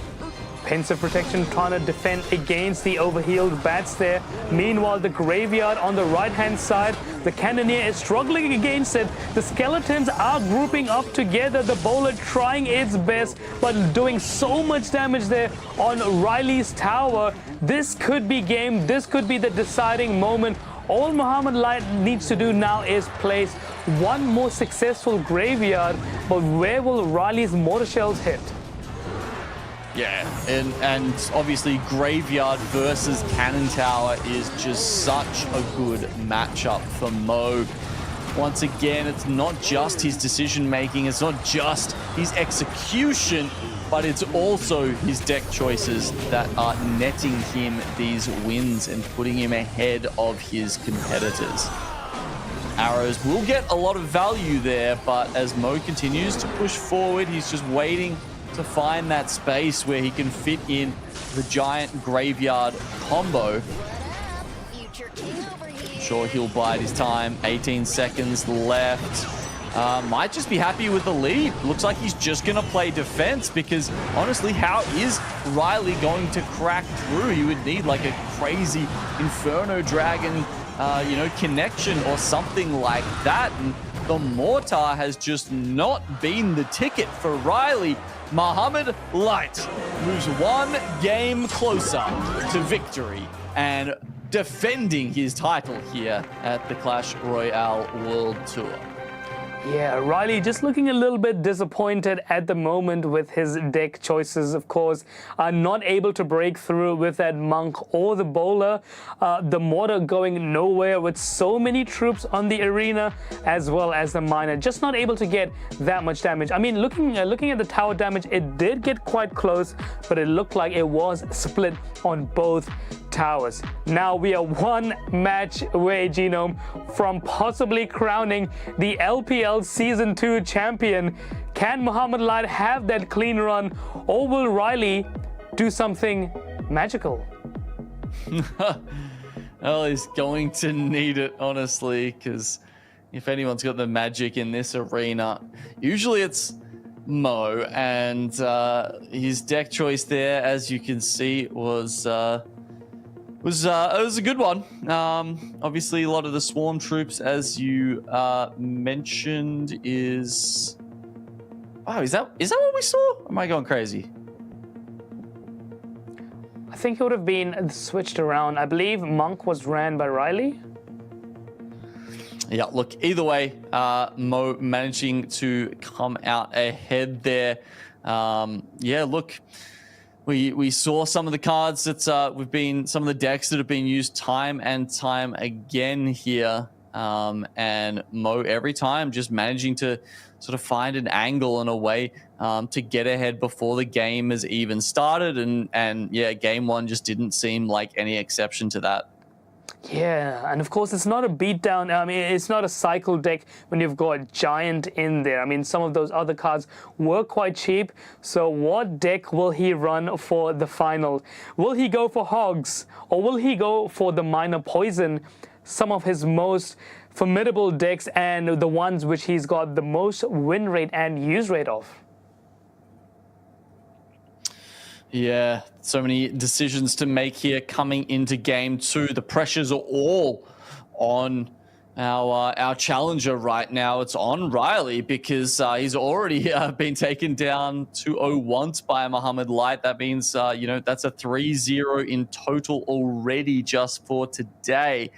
But he could somehow swing this back with another 2 wins, and even though it would be kind of like 2-3 overall for the night, without a bracket reset, that means he's straight into the winner's chair. So he's got that going for him at the very least. He's been given another chance here And we'll get into that game soon. Could be the final one for the night. Could be the final one for the tournament. And for Riley, at the very least, he's made it into the top 2. So if we cast our minds back to that community leaderboard that we have been talking about a bunch tonight, that means he's gotten a minimum of 80 points and pushed himself up to 325. If he's lucky, or should I say incredibly skilled, he could get an extra 20 for winning in this grand final. Yeah, and with only one more community event to go, that would pretty much secure his ticket to the grand finals later in Helsinki this year. But even at this stage, by getting 80 points, not only will he be first in the community list, but he will be second overall, Genome. I mean, this would decidedly prove that he is the second strongest player in the community. And of course, if Muhammad Light is at first place, we have no other players, undeserved to be here in the final. Yeah, with Furin going down in, what was that, the top 8, 235. Oh, that's going to be really close. I think that's the 80 points that Riley has grabbed here have almost, not completely, I think, but almost secured him that golden ticket. I think from this point on, it'll actually be extremely hard for him to lose that spot. So I want to say there's probably like a 90% chance that, even regardless of what happens in the next Dragon Cup, that Riley will be the one walking away with that golden ticket. But either way, let's focus on this final game and final series for now. With Mo up 1-0, he's gone with the very powerful Goblin Drill evolution here to try and close things out. And the trusty Royal Giant being placed there by Riley, of course, going to be paired with the Skeletons. Now we see an evolved Goblin, a Royal Giant coming onto the right-hand side. Meanwhile, the Magic Archer as well as the Tornado is going to do a great effort there. Just a couple of hits onto the tower still allows Muhammad Light to be in a bit of a lead. Oh, unfortunately, wasn't able to activate King right there. One tile off, it looks like Riley was. And yeah, you can see the emotes from the side. Yeah, friends and foe alike say, gosh, that could be a pivotal moment. That could be a turning point in this game. Oh, imagine if you have the King Tower activated with those drills coming, how helpful that would be for the rest of the game. Unfortunately, I don't think he's going to get that chance again. Meanwhile, the Magic Archer is going to get a couple of hits onto the tower, and the Tornado is going to come there back once again. Few more Magic Archer hits. The Muhammad Light is going to get a little bit more damage now. 1,800 HP lead. It's a big lead for Mo, and he's not often found giving up leads like that, especially when he is running what we've been calling the most powerful card in this meta right now, the Evolved Tesla. Evolved Tesla with the drill is definitely going to be something very hard for Riley to get through. Every single Royal Giant is meeting a building at the bridge. How can Riley break through with the cards that he has? He really needs a massive push. Maybe have 2 or 3 Royal Giants on the map if possible. Meanwhile, Muhammad Light is not going to allow him to get this effort. The evolution drill coming there on the left-hand side. Now the Goblin getting a couple of stabs, and there we go. The Tornado being placed once again, allowing some more of those Goblins getting to the tower. Yeah, Riley getting a taste of his own medicine here. That's the strat that won him the final game in our lower bracket final used against him this time. But yeah, as you say, like I think it's the combination really of the cannon towers and the Tesla that just make it so hard for the Royal Giant to do any damage, because it feels like Mo doesn't have to commit any additional support troops, where sometimes if it was the Princess Tower chipping away at our Royal Giants, you know, you might have to get another troop in there to be doing extra damage. But that extra DPS coming out of the cannons is just proving crucial to his defense here, as another big hit comes through, and the Magic Archer closes it out. Incredible. Mo Light 2-0, 2-0, hasn't lost a single game today, walks away. Muhammad Light will be your champion for both Season 1 and Season 2 of the LPL Clash Royale World Tour. $5,500 is going to go into Muhammad Light's pocket. He is your LPL Season 2 champion, taking down every single person that has come in his path, not only in this season and not only in the previous season, but even the season before that last year, just proving to be so dominant against every single player. That's why he is the GOAT, folks. Incredible stuff from Mo. He drops one game versus Alli, one game versus Sub, and that's it. 2 games he lost in this entire tournament. The rest of them went his way in convincing fashion. I mean, the fact that, you know, we saw so many close games tonight, so many of our other competitors just going neck and neck.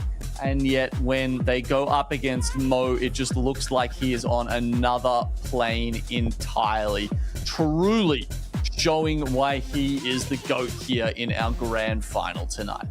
Yeah, it just seems like chump change. Whatever opponent you throw at Muhammad Light, you're just going to churn them out and get that 2-0 victory there. But Riley still going to get that 80 points, so he shouldn't beat himself up too badly there, as we saw at the end, just kind of rage turning off his camera there. But no, so commendable getting this far. I mean, being taken down by someone like Muhammad Light is going to be, yeah, it's going to hurt. But as we see the lower bracket and remind ourselves of some of the other really strong players like Ian and Wallace being eliminated in the first round, I still can't get that over my head, Gino. Yeah, that was a shock, and you know, Riley, understandably, emotions running high in such a tense moment here at the end. But look, I hope he's not being too hard on himself, Astro, because as we said, there is a very high chance that he will be making his way now to CRL and to the World Finals because of his excellent effort here in the World Tour. You know, one more community tournament to play through in order to solidify who does get that golden ticket. It's the only one left up for grabs. I'm pretty sure all other golden tickets have been decided. So as we move towards that culmination of this year, we get to see all of the heavyweights go at it. Muhammad Light, our champion here for the World Tour, back-to-back, will, of course, be there and looking to take down that title as well.